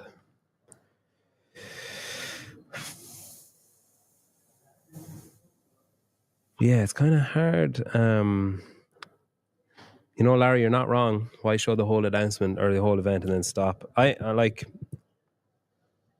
with you when you broadcast Sid. Is that you that broadcast that or CrossFit when it was a semi-final? Like, how did that work? Both, because it was 1 year, 2 years we did it, and then another year CrossFit did it. So, and do you get much of a say in like? Say this kind of scenario. Would that be them just not understand? When CrossFit do it, it was Roffy and the broadcast team. Okay, Like run the show, Barney and the crew there. They're like, you know, they're incredible. Hamilton. I can't remember what it's called now. It was Hamilton Road. I can't remember what it's called now. Yeah, I think. Can't remember. Anyway, those guys, yeah. Yeah, but they had it. You know, they had it dialed down. But they would be. If you've ever been in a broadcast truck, you've got a huge amount of admiration for those guys. Like it's like full on. George is back. I only give him 1 minute just to see if it's actually possible to do Put it. him on a naughty step for a minute. Philip is asking, Ollie, when will this year's SID workouts be released? Well, I'm not involved in SID anymore, so I don't know. You must have some there's idea. quite a few SIDs, so it depends on which one. Which one? Philip? UK Champs? Is it UK Champs, I think? Yeah, maybe. Yeah, that's the next one, isn't it? There's one, isn't there one in like... There's one in Bath every year, but that's gone by. That's April Origins. or something, isn't it? It's all at NEC now. Oh, okay. So we sold SID to the NEC. So all the events are there now. Open Tab Productions is the new Hamilton Road name. Thank you, Barty Dale. Not just good for maths. But no, they would. That was a lot of the pressure comes from the broadcast. Because if it's your event and there's no broadcast, you can take your time doing the obviously everyone wants to know the results, but you can take your time. When you've got a live show, like this is the exact thing you want to avoid, right? It's us talking shit for 15 minutes before you get the results. We had that exact scenario with the teams in semi-finals because we had an appeal that was still pending before we were going into the final, and they're all stood on the so you finished the work and everyone stood on the mat. We were waiting 10 minutes and we couldn't come to the conclusion of what the score was and the appeal. That was we had to just stop, walk them off, bring the indies back on, do the announcements and that, really? and then bring the teams back afterwards. Yeah, it was a shit That's show. a good decision, to be fair, though. Yeah. Keep it moving. I remember just me and Drake just going back and forth for like 10 minutes just trying to do the right thing. But George reckons it's, I'm going to mess this up, orthostatic pressure dysregulation. So basically the bag being on her shoulder just compressed everything and she just blacked out. in her neck, yeah. Had a bit of a shake, woke up, she's all right. So apparently that's what it is. It did look like a seizure, in fairness to people that were speculating that that's what it was, because she was properly shaken there. Top job, Peter and John Knee. Should have said John, but Johnny. Like just John, just John. They didn't put in the E, I just added it for your ego. What were your top 3 highlights of the semi-final? I thought, so stuff that you saw, I think Callum Clements, his comeback was amazing. I think Luke Parker last night coming back in that last workout, that was pretty impressive when he didn't really have much to play for, apart from God's love. No. They're probably top 2. Lucy McGonigal, she qualifies, that's amazing. Things that you basically didn't see, I suppose, like the affiliate workout last night was cool. You did an erg and shoot, and I absolutely owned Johnny at the shooting, which just felt amazing to actually win something. There's no fitness required. That's the only reason that I did well. That was good crack. Yeah, it's just, I think it's really, like, I haven't been here before. I haven't been to French Throwdown before. It's a really good atmosphere and It's cool to be not around. flat, right? No, Yeah, it's cool. a great vibe. I mean, we had dinner last night, the barbecue, whatever. There's a group of French people sitting at the table who just randomly start chanting and banging the table. Yeah. And like, you know, it's cool. I don't like forced fun, but I like when it organically displays itself like that. So we're still waiting. What were your highlights, Johnny? Well, my highlights. Being here was one. A couple of reasons. My first time in the French Throwdown, so it was cool to be here. But it's cool for me to be here in terms of not working. Like when I worked strength and depth, the semi-final, I was working for the seminar team. And I haven't been to anything like this, not in the role of the training department, since the regional days in Copenhagen and Madrid. And this is the closest thing that I've felt to those old days of regionals, like sort of, if you consider the glory years of CrossFit Games to be between 2011 and 2017. 14, 15, 16 were the big ones. This is the closest event that I've had to one of those. So that's one big, just being here in the French Throwdown, having it feel like regionals used to feel. The programming's another big one. I thought it's been well-rounded, classic CrossFit workouts that test the athletes, test their fitness, doesn't just try to bury them with volume or load or whatever. It's well thought out, well-rounded programming, and workouts that you could have a go at an affiliate. So it adds that sort of, you know what it feels like anyway if you do CrossFit, but having the ability to go and try most of these workouts, if not all of them, is an added benefit. And then, Lucy, unofficially, we'll say for now, going to the games at 18 years old, which is pretty impressive. Yeah, I just got a text from Nick Johnson that he said, from Shane and my math, we're pretty sure that, yeah, she's fine. She's in, which is great. There's an amazing conversation there. So George said orthostatic pressure dysregulation, if you want to Google it. And then he said, in English, it's probably called something different. And then Barkley said, orthostatic pressure dysregulation is English. Which is just like a great back and forth. I love stuff like that. George says, Johnny has no emotions. You can't tell a highlight from the apocalypse. I completely agree. I have zero emotions. Positive or negative, yeah. Do you ever get angry? Yeah, I've got quite a short temper, yeah. Do you display that externally, or is it all just, you're just going to develop a tumor someday from internalizing? No, I verbalize that quite regularly. If you spend longer than a day in my gym, you'll probably see it. Or you could just ask people that go to my gym and they'll tell you what my emotions are like. I can imagine they all take it in turns trying to drag that out of you, actually. Yeah. Yeah, good fun with that. Yeah. Ernie says the European JR. Yeah, JR basically is as stoic as they come. Do you reckon JR will be happy with that comparison or no? Oh yeah, he liked it. Do you reckon? He'll like it. He'll really like that. I like the way Shut that up, Johnny took that as a compliment, you know? Like, he was like, yeah, I've got zero personality and I'm proud of it. I think JR would too, though. That's yeah. Like I paired the two of them together for affiliate shows because they're essentially just a transatlantic version of each other. They're the same person. Both of them are like, why do people overcomplicate CrossFit? I don't understand. It's this, it's this, it's this. And like they both say the same things to each other. And I'm like, this is weird that I've found myself in the company of the same person twice. So we're still waiting confirmation. If you're still watching us, consider subscribing.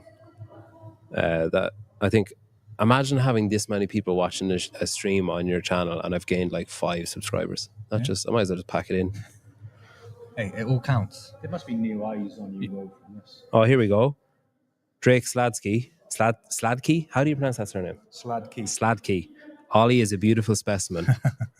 I mean, it's a bit of an insult to me and Johnny, though, isn't it? Like, why is he singling you out? Well, you have to ask him. Like and subscribe. Yeah, smash that subscribe button, guys.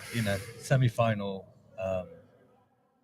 We've taken it seriously. We were professional, and then I think he bumped into Matt Evans potentially on the Saturday night, and he just and Drake just walks in Sunday morning, just like eyes glazed, just like looking straight through you. I was like, oh god. Was it like 11:30 in the morning? No, he wasn't that late. He wasn't that late. He did know. He knew he fucked up. Though. He just looked at me and just gave me a nod. You know. I was there. It was me, Matt. All right, so you're to blame, Johnny. Basically. No, don't blame me. It's Drake's fault. To be honest, that's part of it. So when you're building your team, you want characters like that you can have some fun with. You know. All right, I don't think I like Drake. So he said, Ollie is a beautiful specimen. I said, why is he going to mention me and Johnny? He's leaving us out. And then he goes, and Johnny is a beautiful motherfucker as well. So like, all right. Hey, he's getting to you. He's getting to you. Thanks, Drake. You should get Drake on at some point.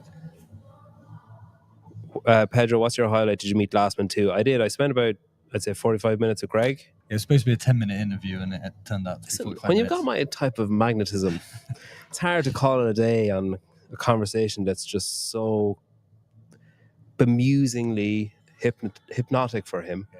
Yeah. No, it was really cool. Sat with him for about 45 minutes, chatted about the old days, the current days, the future days. I'll put a video out now in a couple of days of that. Like, really, just, God, he's such an engaging person to talk to. It's crazy. Just, you can't help but hang on his every word. And it's so hard because he just bounces around like a pinball machine, because he starts talking about one thing, then he starts talking about something that happened in 2002, and then he's talking about something that might happen next year. And the 3 topics are completely unrelated, but he just knows so much about so much. I think it'd be terrifying to be in his head, because I just wouldn't be able to handle it. He told the family that they were going to be like an hour and a half here. They just, they do the ceremony, meet some affiliates, and then they go 6.5 hours later. Yeah. Well, I went into the room, and his wife, Maggie's like looking at me like, she was sitting there with the kids and said, "Oh, Greg, Pedro's here." And Greg stands up and goes, "Oh, hey, Pedro, nice to meet you." Shook my hand, whatever. And then sat back down and continued talking to the guy who's talking to her. Maggie's just like, "Oh," she's like, "I thought that was going to get rid of him and bring him in, like move the conveyor belt along." But he spent so long, like, taking photos. He's down at the affiliate lounge for ages as well. Well, every single photo he took with an affiliate, he stopped and asked them, their story. Yeah, hugs, handshakes, everything. It wasn't literally just like smile right onto the next one. Like, he really took an effort to speak to everyone individually. And he did that out of choice as well. He didn't have to come here. He didn't have to stay around and meet everybody and take photos. He would have stayed all weekend if he wasn't on a family holiday. Yeah. Yeah. Ashen asks, will I be at Syndicate? I will be at Syndicate. What's next? TFX is next weekend, then Syndicate Crown the week after, then then NorCal the week after, and then Last Chance Qualifier, and then that's it, isn't it? Oh, Torian is the same weekend as Syndicate, and Asia and Africa, whatever, and then Torian. You can laugh at that. It's all right. It's a joke, man. I'm not allowed to laugh at it. How many spots are left for the games? 2 at NorCal, 2 at TFX, 2 at Syndicate, 2 at Torian, 2 at Asia, 2 at 2 at Africa, isn't it? 1, 2, 4, 6, 8, 10, 12, and 1, 13. And then the 11 already. Yeah, I think that's right. Korea, you should spend a bit more time paying attention to that because that place is exploding. Yeah, it is across exploding. Yeah, it's absolutely exploding. And, didn't a Korean athlete go to Wadland Fest and take a games ticket? On the female Some side. young Choi. Yeah, she took. Yeah, they have a massive amount of affiliates there, don't they? And members and everything. Yeah, it's crazy. Exploding, absolutely exploding. If anyone in Korea would like to fly me over for a trip. Well, we know who's our man Wonu. Who's a Korea country manager? Wonu, yeah. He runs the event as well. So, I do like rice. I just don't eat rice. I'm pretty sure you can go to Korea and not have to eat rice. I think you're good. No, I think when you hand in your passport at passport check-in, they watch you eat a bowl of rice to make sure. You probably can only afford a bowl of rice while you're there on your budget. But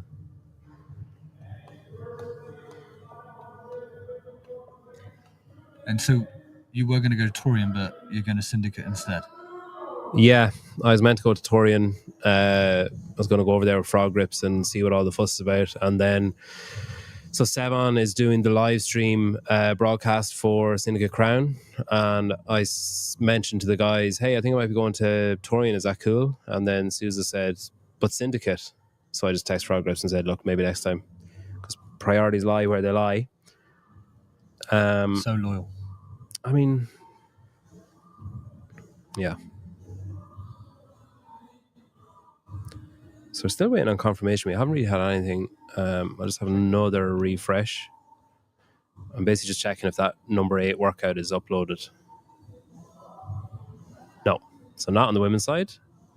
There's obviously some kind of appeal and you have to assume, yeah? Well, no, it sounds like they maybe be going through the divisions. There might be... but they can upload the yeah, but leaderboard. You're not going to do that because you want the reveal to be on the mic. Oh, for crying out loud. Otherwise, you're going to get Lucy like celebrating in the stand in the corner by herself, and everyone's like, yeah, true. So they might have done the scoring, but they've just not published it to the leaderboard, basically.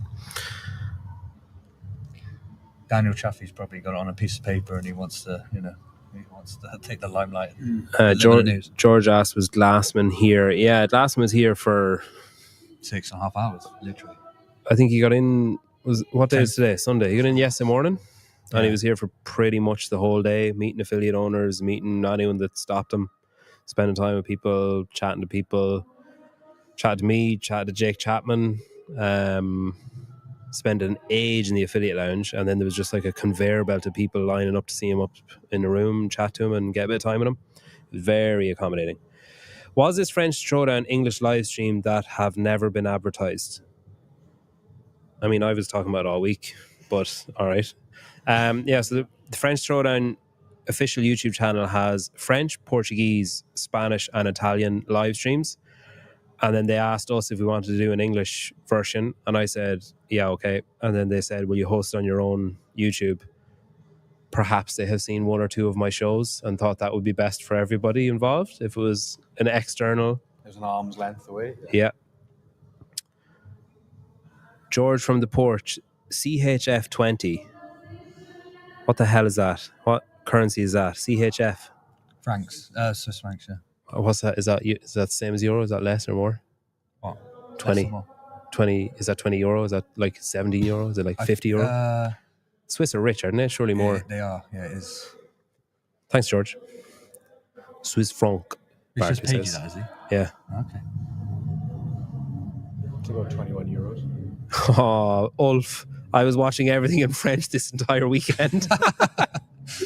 Oh, sorry, man. And now he's found it. Yeah, now you can go back. Hey, Ellie's great to listen to. He's great to look at. She's 24. Learn a bit of French. $24. That's pretty decent, isn't it? Yeah. Thanks, man. And he has Johnny get a cut he has out? absolutely showered us with abuse for 3 days. Yeah, so it's about $5 per insult. Yeah. It's all right, I'll take That's that. what you have to do that more often. Kick more people off. And then they give That's you all money. it took. Yeah. Treat them mean, keep them keen. That's all it took. So I'm in a broadcast group chat and there's basically consistent messages going in saying, who won? Just over and over again.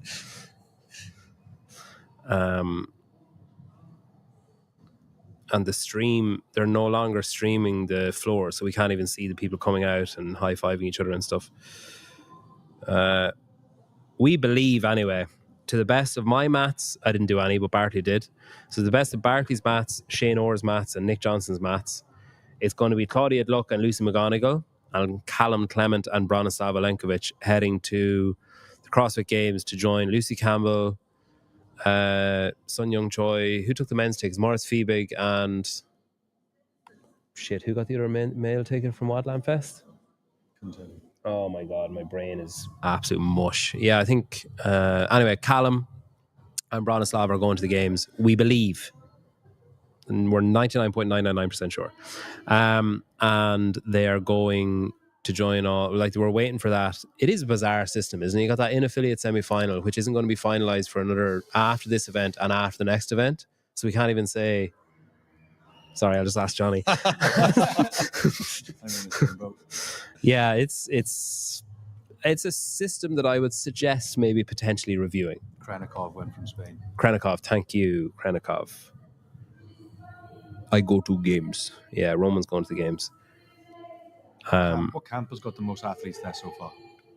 Mayhem. Brute have, if we'll assume the 11 is correct, Fee Sagafi, Jason Hopper, Dallin Pepper, James Sprague. They're all Brute, are they? They're all Brute. That's 4. Yeah, it's probably... Proven have Maddie Stewart, Jay Crouch, now Lucy McGonigal. We think Ricky Garrard. They've a team as well. I'd say Proven are probably the highest, I think. It just depends on if that 11 is right, etc. But I think Proven have it. Ryan Kendall says Mayhem. Well, Ryan Kendall's wrong.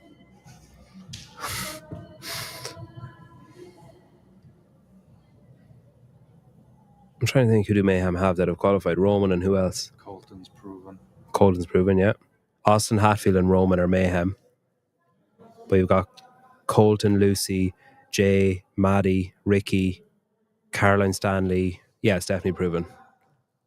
That's huge for them, isn't it? That's a serious stable of athletes qualifying. All early as well. Well, also, I guess they,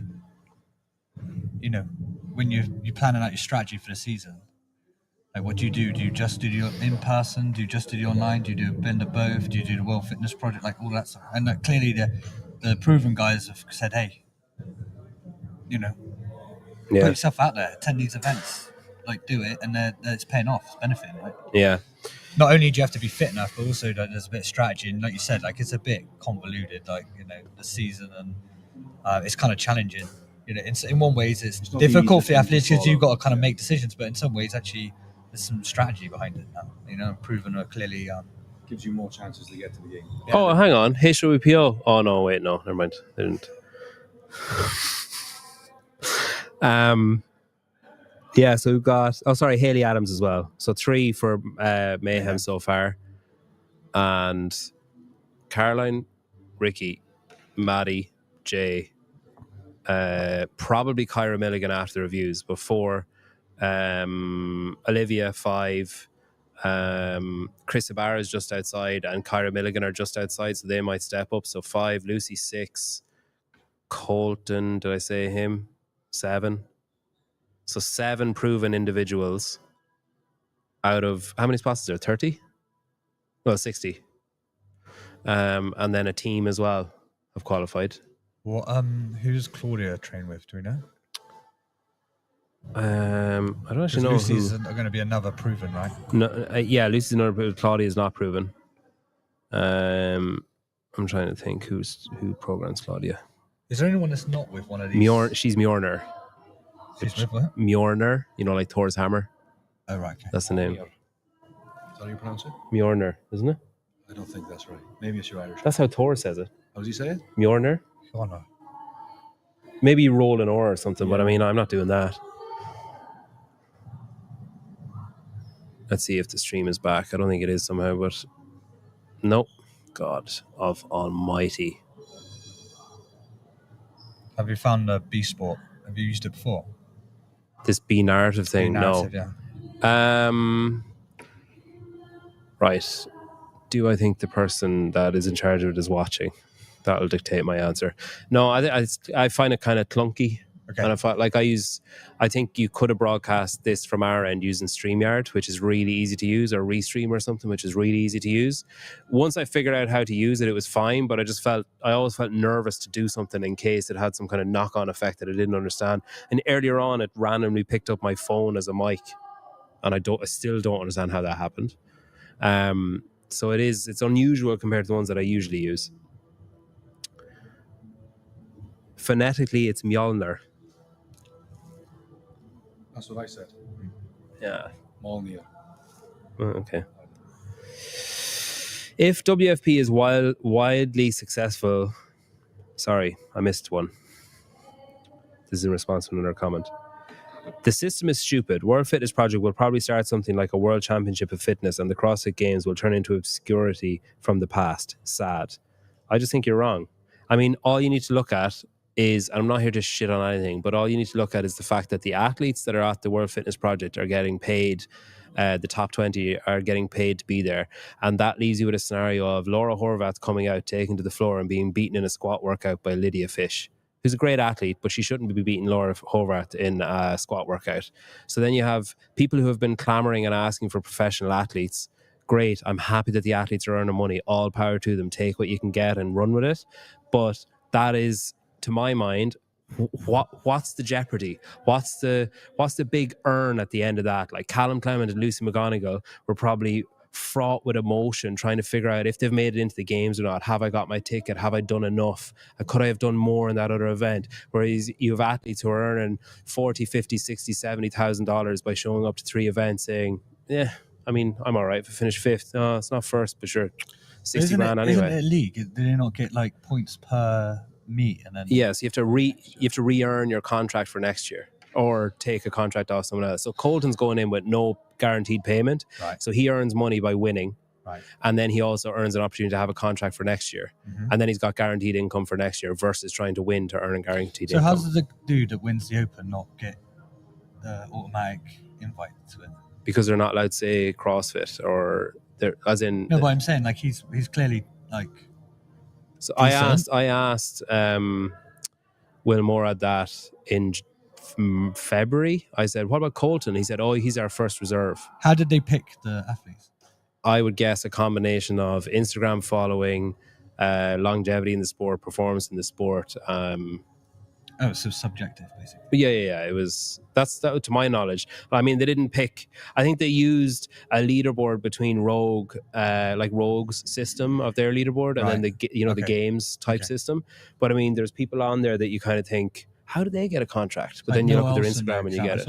Yeah, like he's retired. Individual for a while, is he? Yeah. Yeah, he's retired. So what would be the logic of that then? Just because he's great personality to have around. Good personality to have around. I'm sure the fact that he has a great relationship with Will probably played a part in it too. He's been around the sport a long time. He's got a big audience. He's good. Like he is good across it. I'm not detracting anything from there.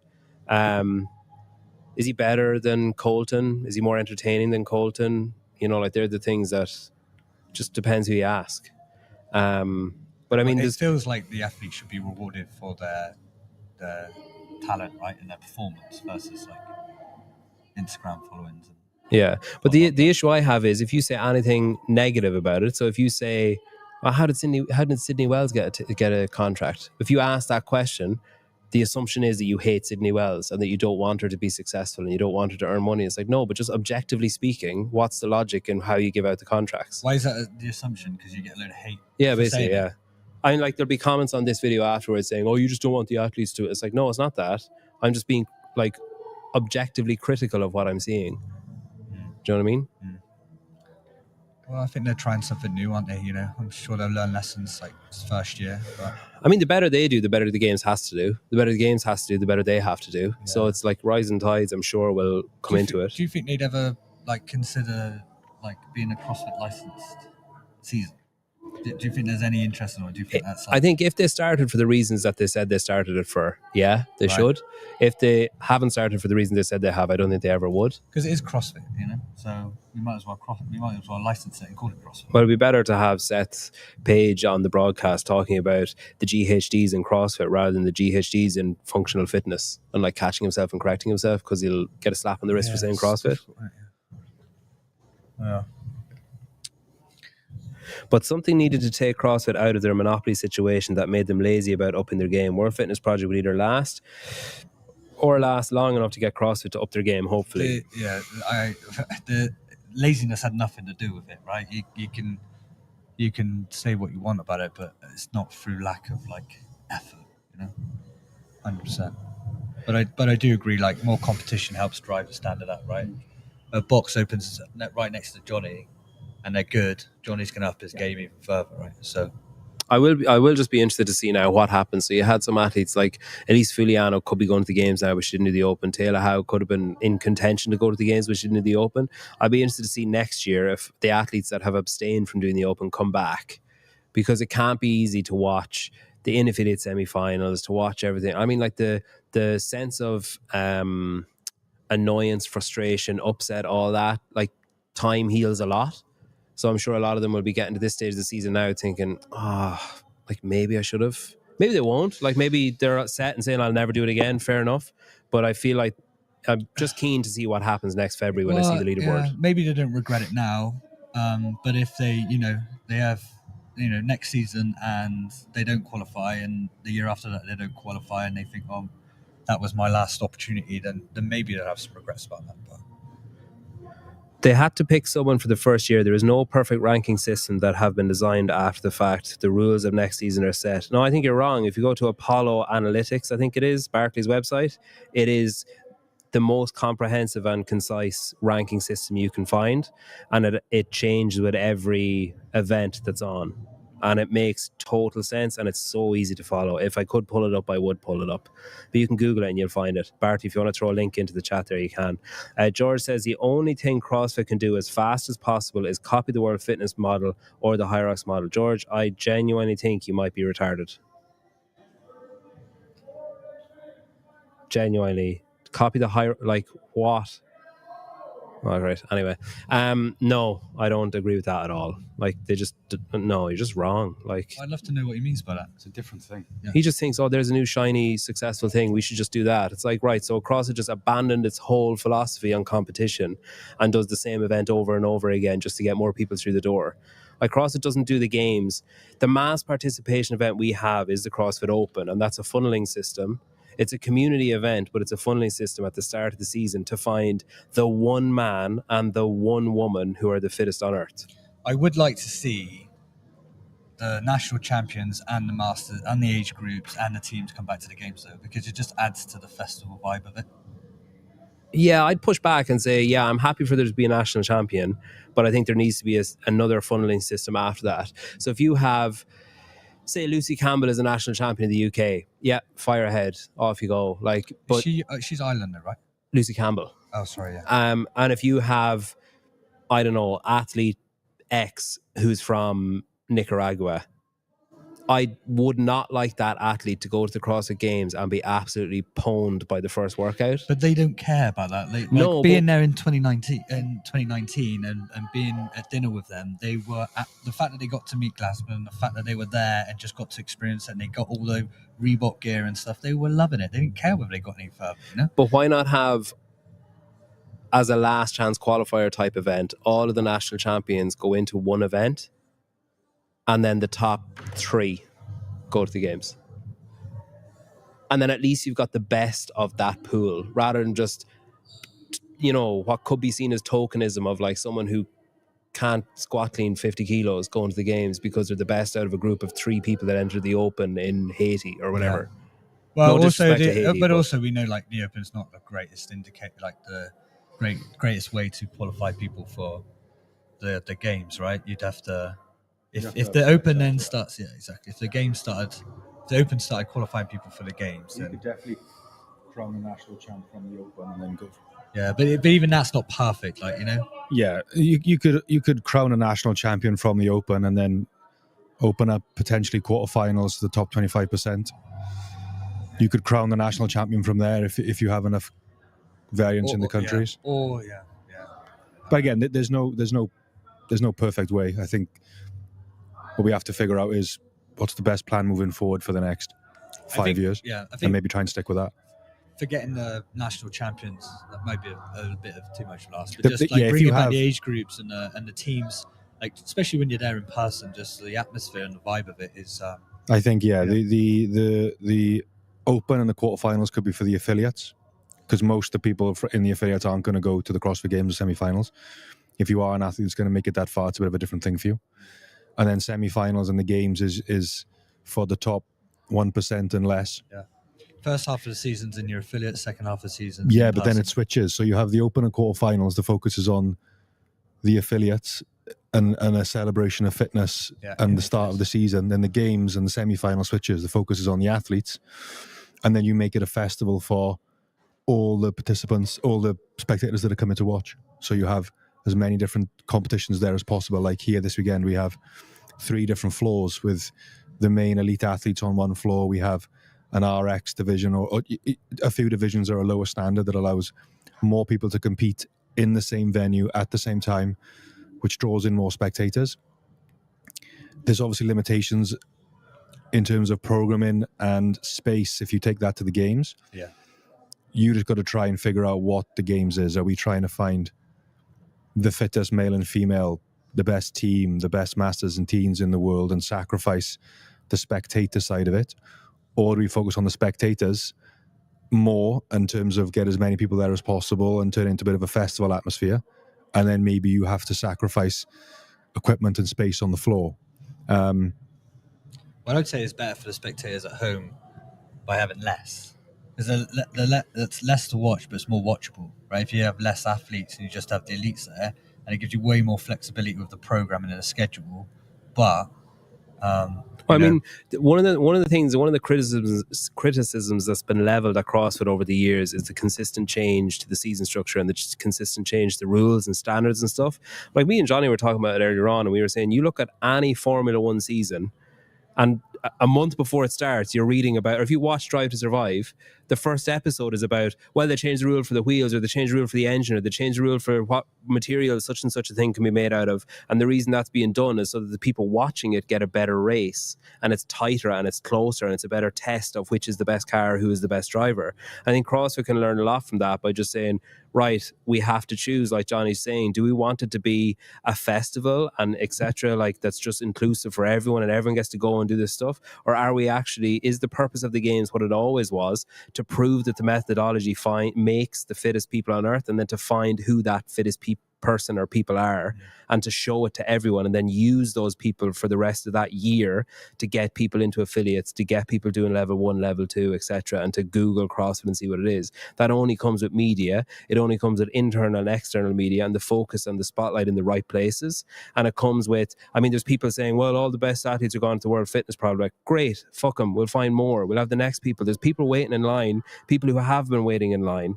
We've had, 10 spots in Europe last year. What about the guy in 11th, 12th, 13th who didn't make it? Now is their chance to step up and earn a ticket and then prove that they deserve to be there, prove that they deserve to have a say. Maybe it's not them, but they can have some kind of input into who the most fittest person on earth is. And then it just makes the competition better. Like you don't get celebrities starting to do CrossFit to become the fittest on earth. You make celebrities out of the people who are doing CrossFit, and you use them to push the methodology and get boots into affiliates. I feel like you've thought about this before. Only like every day. With the World Fitness Project, they don't need to do one or the other, though. They just do both, can't they? Well, you can do both, but you still need to have I mean, the fittest will, unless you really skew the programming, the fittest will find their way to the top. Yeah.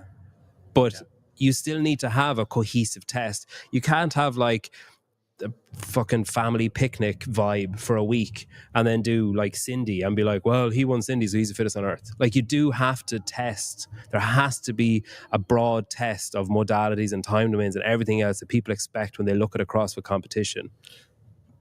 What we're talking about now, why is that? Why are we? You're saying you can't do that. You can do both, and I'm saying, yeah, you can, but you can't. It's such a fine line to walk of not falling too far either side, not being so exclusive that you alienate the vast majority of your population, but not being so inclusive that you alienate the test in the first place. No, you and the can't reason water you're down the doing it. test, but I was just talking about World Fitness Project. Like the Oh, athletes can compete in that, and then they compete in the games, right? Yeah, they can. But Yeah. but when we talk about festival, we take French Throwdown as an example, right? These guys are testing the fittest. Like we would say that.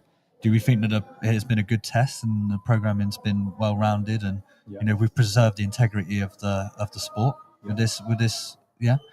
Well, but they've also got a shit ton of other categories, right? Masters, teams. Like they've even got like Rex teams, intermediate teams. Like it's not even. And so, but part of the reason of that is like, yes, it's great to have more people here, and they're going to bring their friends and family here to support them, and boxers get to come here and celebrate and cheer their boxers on. But the reality is you need those to pay the bills as well. And with the World Fitness Project as an example, right? We've got these elite athletes coming, but you like other than spectators and partners, you still need participants as well to help from a revenue perspective and from a games perspective as well. Like that will have more people there. And I think, dare I say, at High Rocks, they have like it feels like 100 different divisions on their finals day, right? But all of those people are paying and bringing their friends with them and contributing to the overall revenue to put the event on. If you want the games to be a spectator, spectacle, and you've got great broadcast, and you can have it in a fantastic venue, then you need to. It costs money, right? And and we can't lean on education. We can't lean on the affiliate revenue for that. Sport's got to stand on its own and be able to do that. You want more people participating, and that's why I would say do it, because it gets more people there, helps pay the bills. They're going to bring their friends and family, and it just creates more of an atmosphere. I mean, you can see it here, where this weekend, like we were walking out to the vendor area, and absolutely no disrespect to anyone that was on the floor at this time, but I said to Johnny, look how full those stands are for a bunch of nobodies. Like just random people who are like, yeah, I qualified, and their family and friends are coming.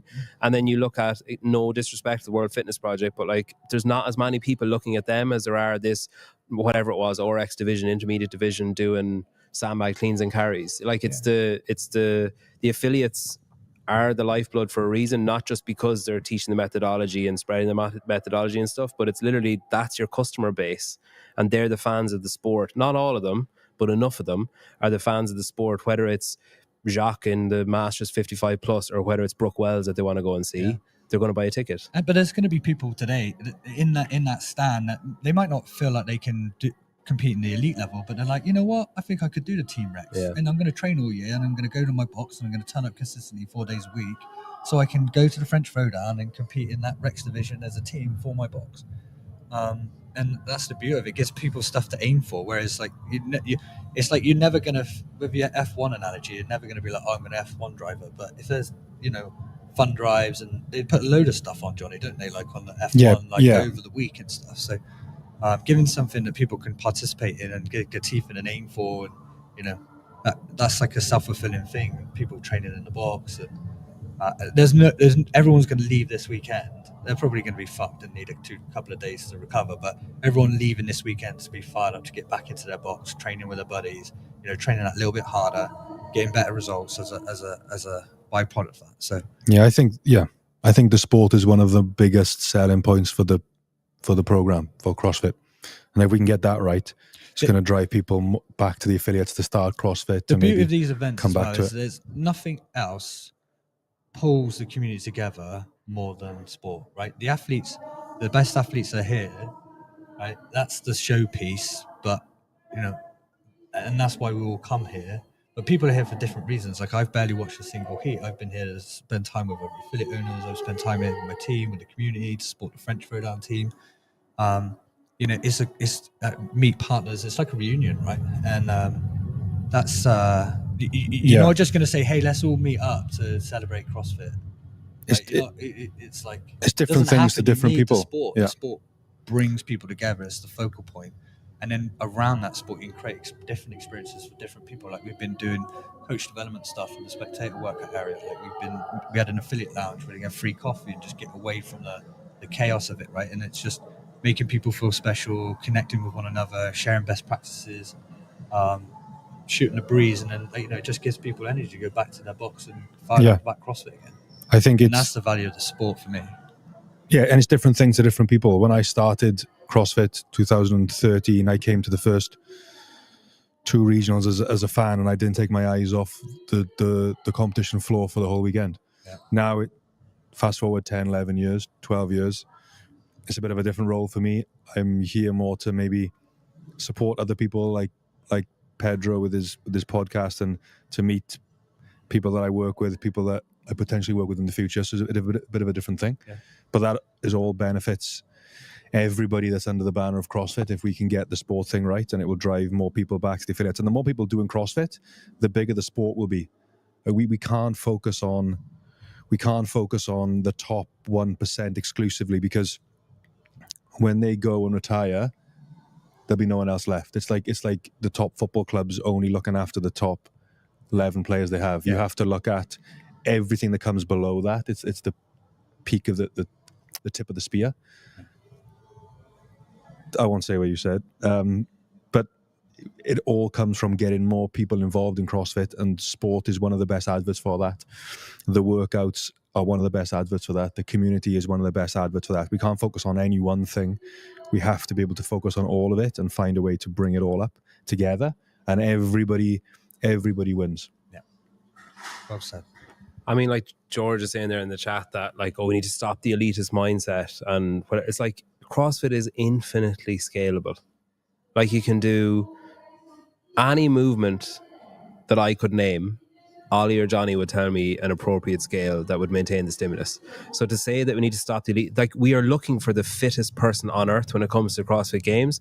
And within that, we can have other things. Like, remember, it was the last year in Madison, there was a 5K? Well, 5-ish K.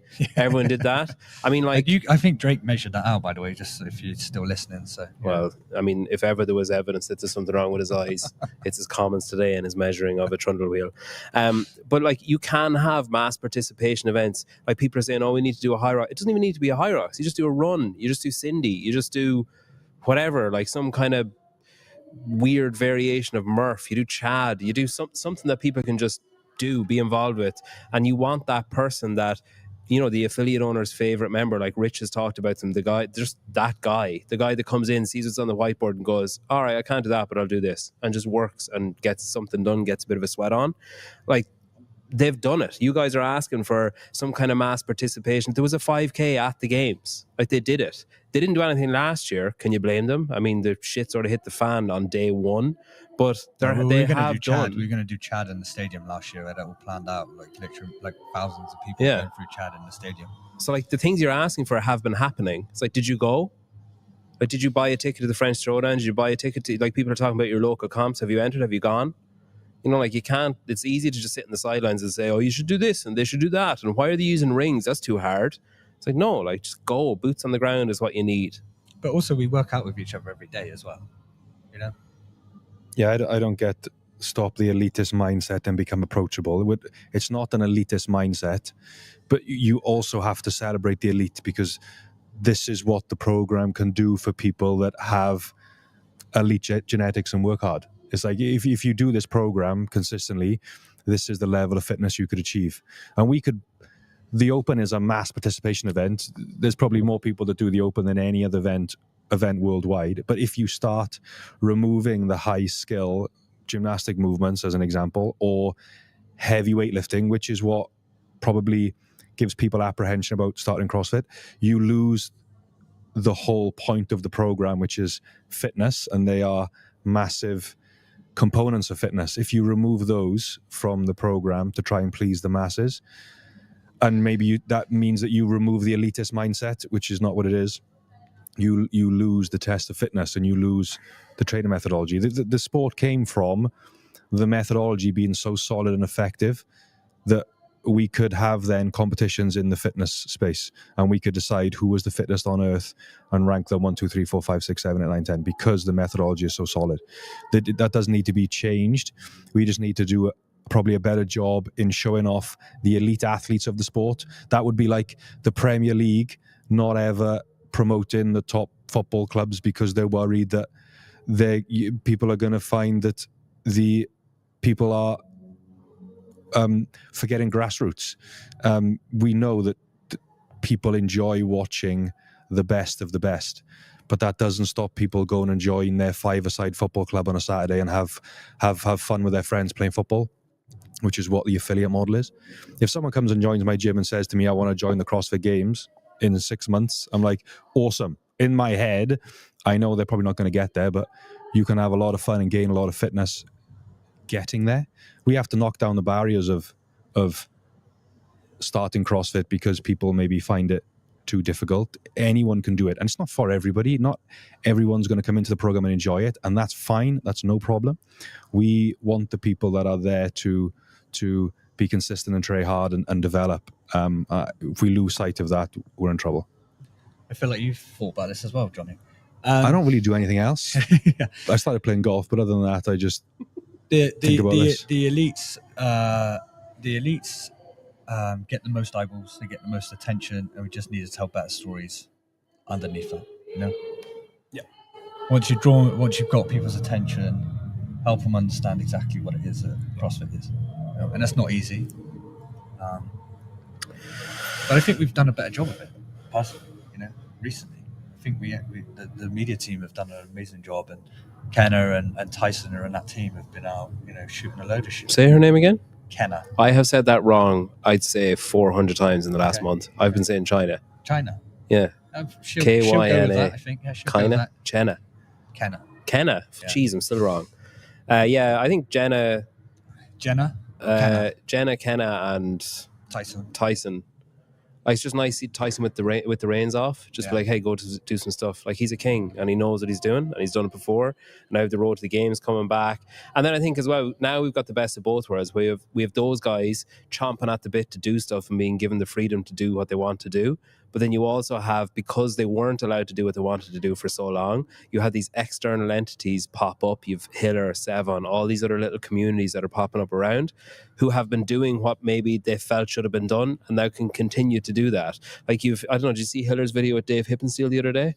I haven't watched all of it, but I saw they kissed and made up. Yeah, I mean, that's crazy. Yeah. And it's like all of that stuff is just eyes on the sport and just either people who are already in it or his audience is growing. Like, he's the biggest influencer in CrossFit right now. If he turned around and said, hey, everyone should go and click on this live stream right now, we jump from 200 to 2,000 in about 5 seconds. Like, he's just got a huge ear of the community. No, still no leaderboard update. You've been told there is. But also, aren't the media team kind of bringing in folks like you and collaborating, right? So but there are a lot more stuff with them, right? I mean, I kind of came in at the tail end of things where it was hard to get access, but then there was changes. I mean, Jen has been great to me, and, you know, Tyson's always willing to collaborate and offer advice and give feedback and stuff, which is great. And I think that had been missing for a long time. But yeah, like, I mean, access is great, feedback is great. Like, it is fantastic compared to the stories that I've heard, maybe. I'm still looking for some kind of confirmation of the leaderboard. I think it seems to be fairly set. I just can't find an actual verified, yes, this is what's happening. Well, I think until they publish the leaderboard, you're not going to know. And how long do you reckon that this presentation's been going on the ceremony? I told you, it's still going on. Yeah, every time they call and they play the music, that's a new division coming on. Well, that's unfair for that one division that's coming out, right? The methodology has to be completely separated from the sport. No. That train left the station years ago. The question is, how do we build it into a sport, not to save the methodology? No. The methodology is safe. The methodology is safe. There is no better methodology out there for training fitness. Separated from the sport, depends what you mean by separated. CrossFit athletes are still doing CrossFit at the top level. If they do constantly varied functional movements and they do it at high intensity, they're doing CrossFit by definition. It might look a little bit different to one workout a day in the affiliate, but then you also wouldn't see probably Michael Phelps in a swimming class. He might dip his toe into one every now and again, but the elite athletes of the sport have to do more than one workout a day, otherwise they're not going to make it to the top of the sport anymore. That doesn't mean that it's got to be separate. Maybe there needs to be a bit of a both where the affiliate owners offer more extra programming, whatever it may be, to attract people that want to compete in the sport at whatever level. If you don't offer that, and then maybe even at a local level, if you don't offer extra programming for people that want to compete in the sport, then that's something that you don't offer as a gym, and they're going to have to go outside to do that. The elites of the sport that do this full time, it's a different thing, but I still think they're doing the CrossFit methodology. I think that's still begun in the affiliate if they have the equipment, the space, the time, and all of those things. So I don't think it's a fair comment. I think CrossFit is still CrossFit. It's either you're doing it once a day or 7 times a day, and you're working towards a season which has an end goal of the semi-final and the game. So it looks a little bit different to what happened to the affiliates, but it's still CrossFit. What do you guys think of this, right? So people say, people see the sport and they think, well, I'm never going to do that. Like, CrossFit's not for me. But if 100 people see that, if somebody see the games, and they're announcing the winner, and that's Lucy. Sorry to interrupt. We just heard Lucy McGonigal announced in 3rd place. We can't see it, but we can hear it. So Lucy McGonigal is going to the CrossFit Games for the first time, confirmed in 3rd place. That is absolutely incredible. I am so fucking happy. Yeah. That's awesome. So expect her to fly off to Nashville now tomorrow. Listen, something like that though, like huge you've boost. You've got an Irish female in Ireland, right?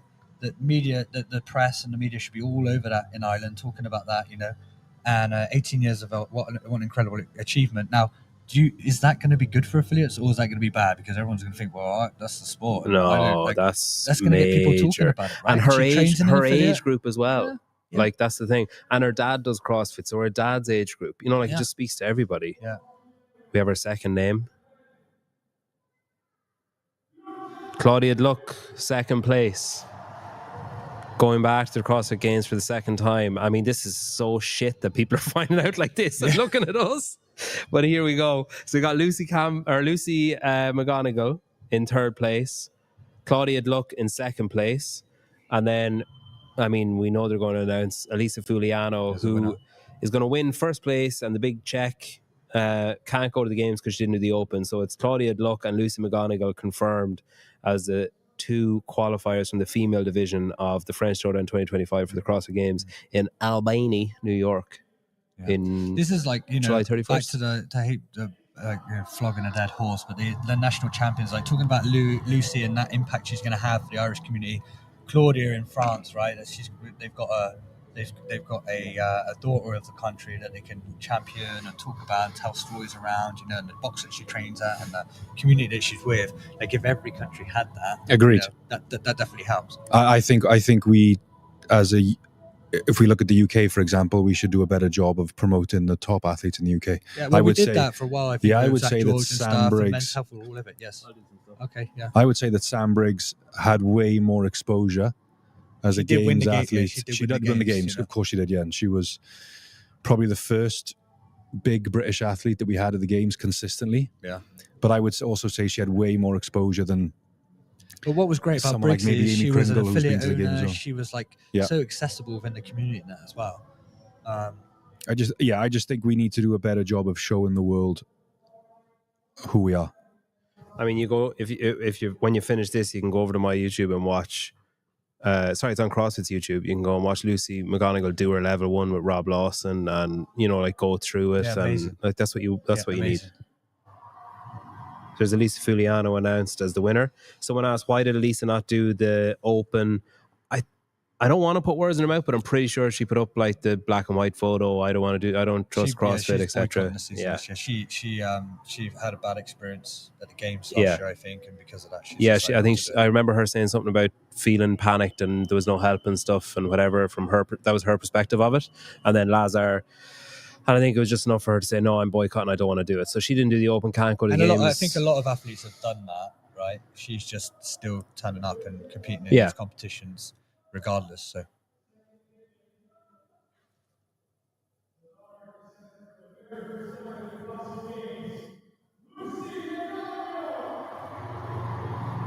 I think they're just giving out the tickets now after telling them where they are. And then, that was definitely so you have 100 people watch the games, right? and okay, maybe 50, maybe let's say 80% of them go, well, that's not for me, but 20% are like, you know what, that's interesting, I'm going to dig a little bit deeper. That's still 20 more people than you would have got if the sport didn't exist and it was completely a separate thing. Yeah, exactly. So It's funny as well, though. Like the people that are in this live chat currently, you have sat for about 40 minutes after the live stream stopped listening to us talking about CrossFit. So I'm excluding you from this competition. But you will have people who say, we need to show more masters. Why are they not showing more masters? We need to show more European athletes. There's no coverage of the European athletes.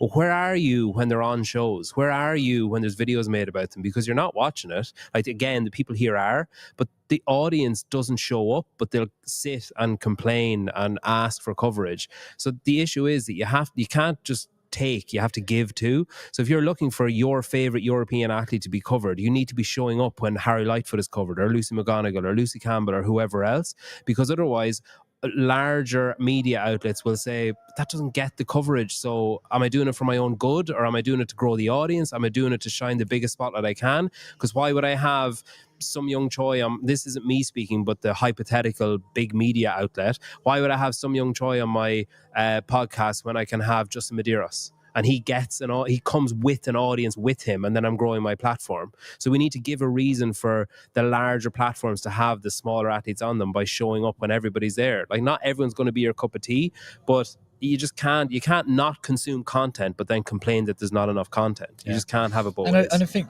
that content is there around masters, right? And people and it never gets the same amount of engagement and reach and stuff. And that's just the nature of it. It doesn't mean it doesn't happen. We probably just don't do as much of it, right? That's just a brutal reality of it, isn't it? I believe Johnny and JR are variants of the same person. Yeah. Is that just come in now? Like, yeah, it's a weird incursion of universes.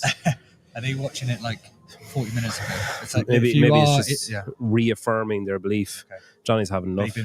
He's pissed off. He's done. Yeah, I don't know. Like, you passed my friend. It's hard as well. And I mean, like, to be honest, my operating mode with this is just to keep going and keep going and keep going regardless. Like, I know my position in things, I know what my audience size is, and I know where the ceiling is for someone like me doing it, and I'm fine with it. I'm doing it because I love doing it. I'm not doing it because I want to earn money. I'm not doing it because I want to have this huge audience or whatever. I just love CrossFit. I love talking about it, doing it, showing it, going to affiliates, seeing what the affiliates do and stuff. I think the issue is when you start getting to, a woe is me sort of attitude about it. It's from the media perspective. I think that's where things start falling apart. I've got a message here saying that we are appealing for Callum. So I think Callum there was an appeal for Callum, actually. Oh, okay. What, for him or against him? You put an appeal in. So Callum Clement might have put an appeal in. We're waiting for...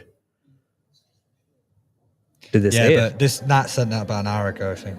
Oh. Yeah. So an hour ago 70 update. minutes ago. Yeah, sorry. That would have been helpful, wouldn't it? Drake was saying I need to be more exciting as well, so... Drake. Do you want to just throw in like a racist slur or something that spice it up with it? Not my first rodeo. Drake's probably sitting somewhere. He's probably been told by the games team to like watch us and they used keep an eye on. They used to do that, I think. Have someone watching the... There you go. Matt Burns, good man. I watched the ass pound Europeans. There you go. No, but I think Colton made a great point there the other day on the debate show where he's like, all right, so Europe have asked for more spots and more spots and more spots, and then you get them and an Asian athlete comes in and takes a spot. But it's like, yeah, but I mean, that's just the sport, isn't it? Like, that's who's just Europe though. What do you mean Europe asked for more spots? As a community, we for years there's been a clamour for like, well, why are American get so many spots and Europe should get more? There was a period of time on the female side where they were just dominant when they all those landed girls and stuff. So I think the issue is like I think this is, to be honest, I think this is the fairest system of a set number of allocations across all semi-finals. I don't think the in-affiliate, I think that's just stupid. I don't think that should be a thing. I think it should all be in person when you get to this stage. But I think a set number across all semi-finals, and then if you want to go to a semi-final, you can. So there's 2 spots at Africa, but Sarah Sigmazotter can go down and compete because she's lives there. That's fine. I've no issue with that. I've no issue with an American or an Asian coming over to French Throwdown or Wadland Fest. I've no issue with that, because you have to beat the best if you want to be the best. So have at it. I mean, it does feel like actually, you 5 years ago we said, well, you're never going to get an Asian citizen come over to Europe and win that semi-final, but it's happened, right? So it kind of feels like there's like it's not so dominant, it's not so Eurocentric now, so it doesn't matter as much, right?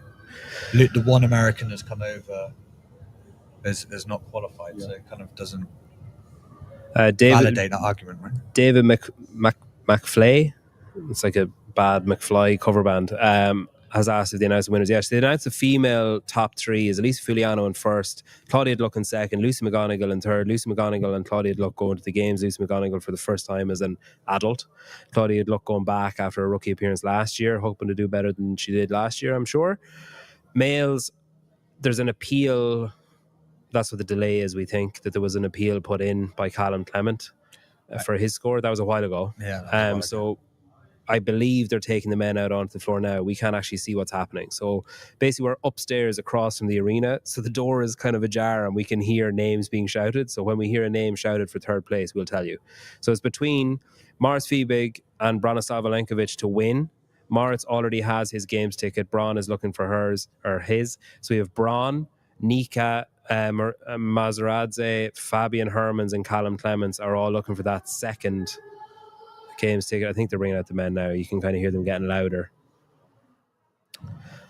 I mean, I don't know if I'm prouder of the 300 people that are watching and listening to us while we wait for the mail. That's actually gone up, isn't it? Or for us to be continuing to talk for about an hour and 15 minutes after the feed gave out. I'm sweating. I regret wearing this coat. I could do this for another 5 hours, no problem.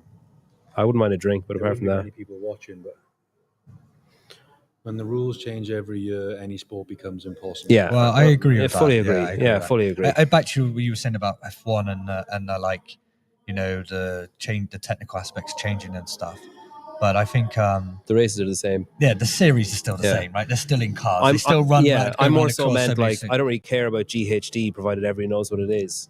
But there should be a system. I believe the system should be open quarterfinals, semi-finals, games, and you just have a funneling system, and it just whatever they pick that to look like, it stays like that for 5 years, regardless. And you fine tune it over the 5 years, but you have to have a set starting point. Yeah, and I think it's just helpful if everything else also follows that line of thinking, as in, like, what is the Open? The Open is just the first step in a long season of the CrossFit Games, and we're not trying to figure out who the fittest male and female is in the world. We're just trying to figure out who should be going to the next stage in the top 25%, say, if we have quarterfinals. Then the quarterfinals becomes a little bit heavier, a little bit more high skill, maybe, because we're trying to separate the top 25% of the people who go semi-finals, and then semi-finals is where we test a much broader spectrum of high skill, low skill, longer, shorter. We can bring in things like GHDs, rope climbs, running, probably if you got an in-person affiliate. And the CrossFit Games is the test where we're also looking back, but the workouts also have to be spectator friendly as well. I think there's a fine line between writing workouts that are a good test and terrible to watch versus a balance of both. You think of all the best workouts of the CrossFit Games are also the ones that are the best to watch. Like if you think about that thruster legless rope climb one from 2013, DT, they're all workouts that are familiar, and they're all workouts that you can easily follow on the floor and spectator friendly. And if it's a bit like that when you talk about your box, Johnny, like coaching a class, right? Yeah, you could coach them and coach them and coach them, and most people need that coaching. We've got to make it fun for them as well. If the workout in the affiliate is bad, no one's coming in anyway. Yeah. So we have to figure out what's important. You should just get him to FaceTime Johnny. Yeah, I'll just run out on the floor. What name was that? I feel like they've gone back to. We've basically got to. They've gone back to age groups and stuff. Who that was? Is that the individual men? We're basically trying to organise a daisy chain from the floor through the corridors back to our room. The thing is, it'll be Chinese whispers. So they've done loads of surveys from people who did the Open and like actually had calls. Like the product team have had loads of calls and stuff. And a huge proportion of the feedback was like people would like to see quarterfinals come back. Yeah, that was. I thought that was one of the best additions to the CrossFit Games season. And again, I don't know. I'm not in a position where I know the ins and outs of all of this. Callum, isn't it? This is some high tech shit right now. Look at this. Yeah. So we've got a FaceTime. Yeah. It is. So they're announcing the podiums, but obviously that doesn't necessarily mean they're qualified for the games, right?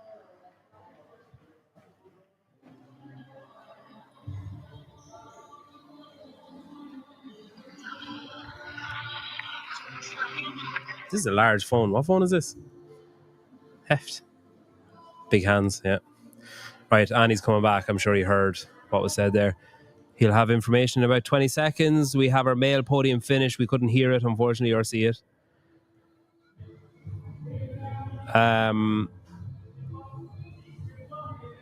Well, I couldn't hear anything. Third? So Braun came second. He closed that door, sorry. Moritz Fiebig wins the French Throwdown 2025, already has his CrossFit Games ticket, so he's good, but now he's better because he has a nice hefty back pocket heading home. He won't be able to sit straight on the plane. And then in your Games qualifying spots, Bronislav Olenkovic in second place, the first person since Sam Briggs to qualify for age group and Games? I would double. I'm not sure. I would double check that. I can't think of anyone else that did that. Yeah. Becca Voigt's on it. Ben Smith. Although, hang Sam on, wait. Dancer. None of those could do it the same year, though. He can do it both same year. Yeah. So potentially. Okay. And Callum Clement came back from a 76-point deficit yesterday to claim the last Games ticket from the French Throwdown 2025. So your qualifiers, if you made it this far, good God, you are patient. Bron is probably the oldest individual competing out there, right? And I'd Lucy say is so. probably The youngest. Yeah, so we have the oldest and youngest. Yeah, so he has to be 37. And Lucy's 18, just gone in December. So we have Elisa Fuliano, winner of the French Throwdown 2025, cannot go to the CrossFit Games, but wins 12K. Claudia Gluck returning after her rookie year last year in second place. Lucy McGonigal earning her rookie ticket to the CrossFit Games for the first time after being multi-year, multi-division teenage champion. And then on the men's side, you got Moritz Fiebig winning. He's already qualified for the Games, so the two spots at the CrossFit Games go to the two people below him, Bronislav Olenkovic from Poland and Callum Clement from Spain, who overcame a 76-point deficit hole that he dug himself on Friday, and he came back. If you've made it this far, geez, go out and touch a bit of grass or something and ground yourself. Thank you for watching. Consider subscribing. Go and give Lucy McGonigal, Callum Clement, Claudia Gluck, and Bronislav Olenkovic a follow on Instagram. See how they're getting on with their Games training, which starts in about 6 minutes. I don't know if we'll ever do this again, but it was fun. Go to CrossFit.com. You can find your local affiliate. From there, you'll be able to find local competitions. If you go to CrossFit.com, you'll also be able to find your local level 2 and upcoming seminars. Go to trainsentinel.com to improve your overall fitness alongside training in an affiliate. Geez, I just realized I'm surrounded by affiliate owners when I said that. And anyway, you can go to whatever that website was for the drugs DNA. That's a drugs ad. Do you want to see it? I'll show it to you afterwards. It's not an ad for drugs. It's an anti-drug ad. If you're ever in Swansea, go to Dragon Athletic. If you're ever in Bath, go to CrossFit Bath. If you're ever in, Cardiff for Dragon, Swansea for 179. Where are you? Birmingham. What's it called? SC Fit. Is that like NC Fit? Anyway, subscribe if you haven't already. Level 2 is for people who have done the level 1 and are looking to progress in coaching CrossFit. So actual on the floor, people are moving and you're teaching them movement, correcting the faults, and practicing being able to find or see good movement and faults. Dive into programming a little bit as well, and a bit of nutrition, but the main focus is on improving them and actually coaching CrossFit within 60 minutes of CrossFit class. Go! Tommy nailed it in one, right? Well done. Press up on the bar a little bit more for me, please. Lovely, reset. Lovely on the board, that's it. Kieran, well done correcting yourself, and that's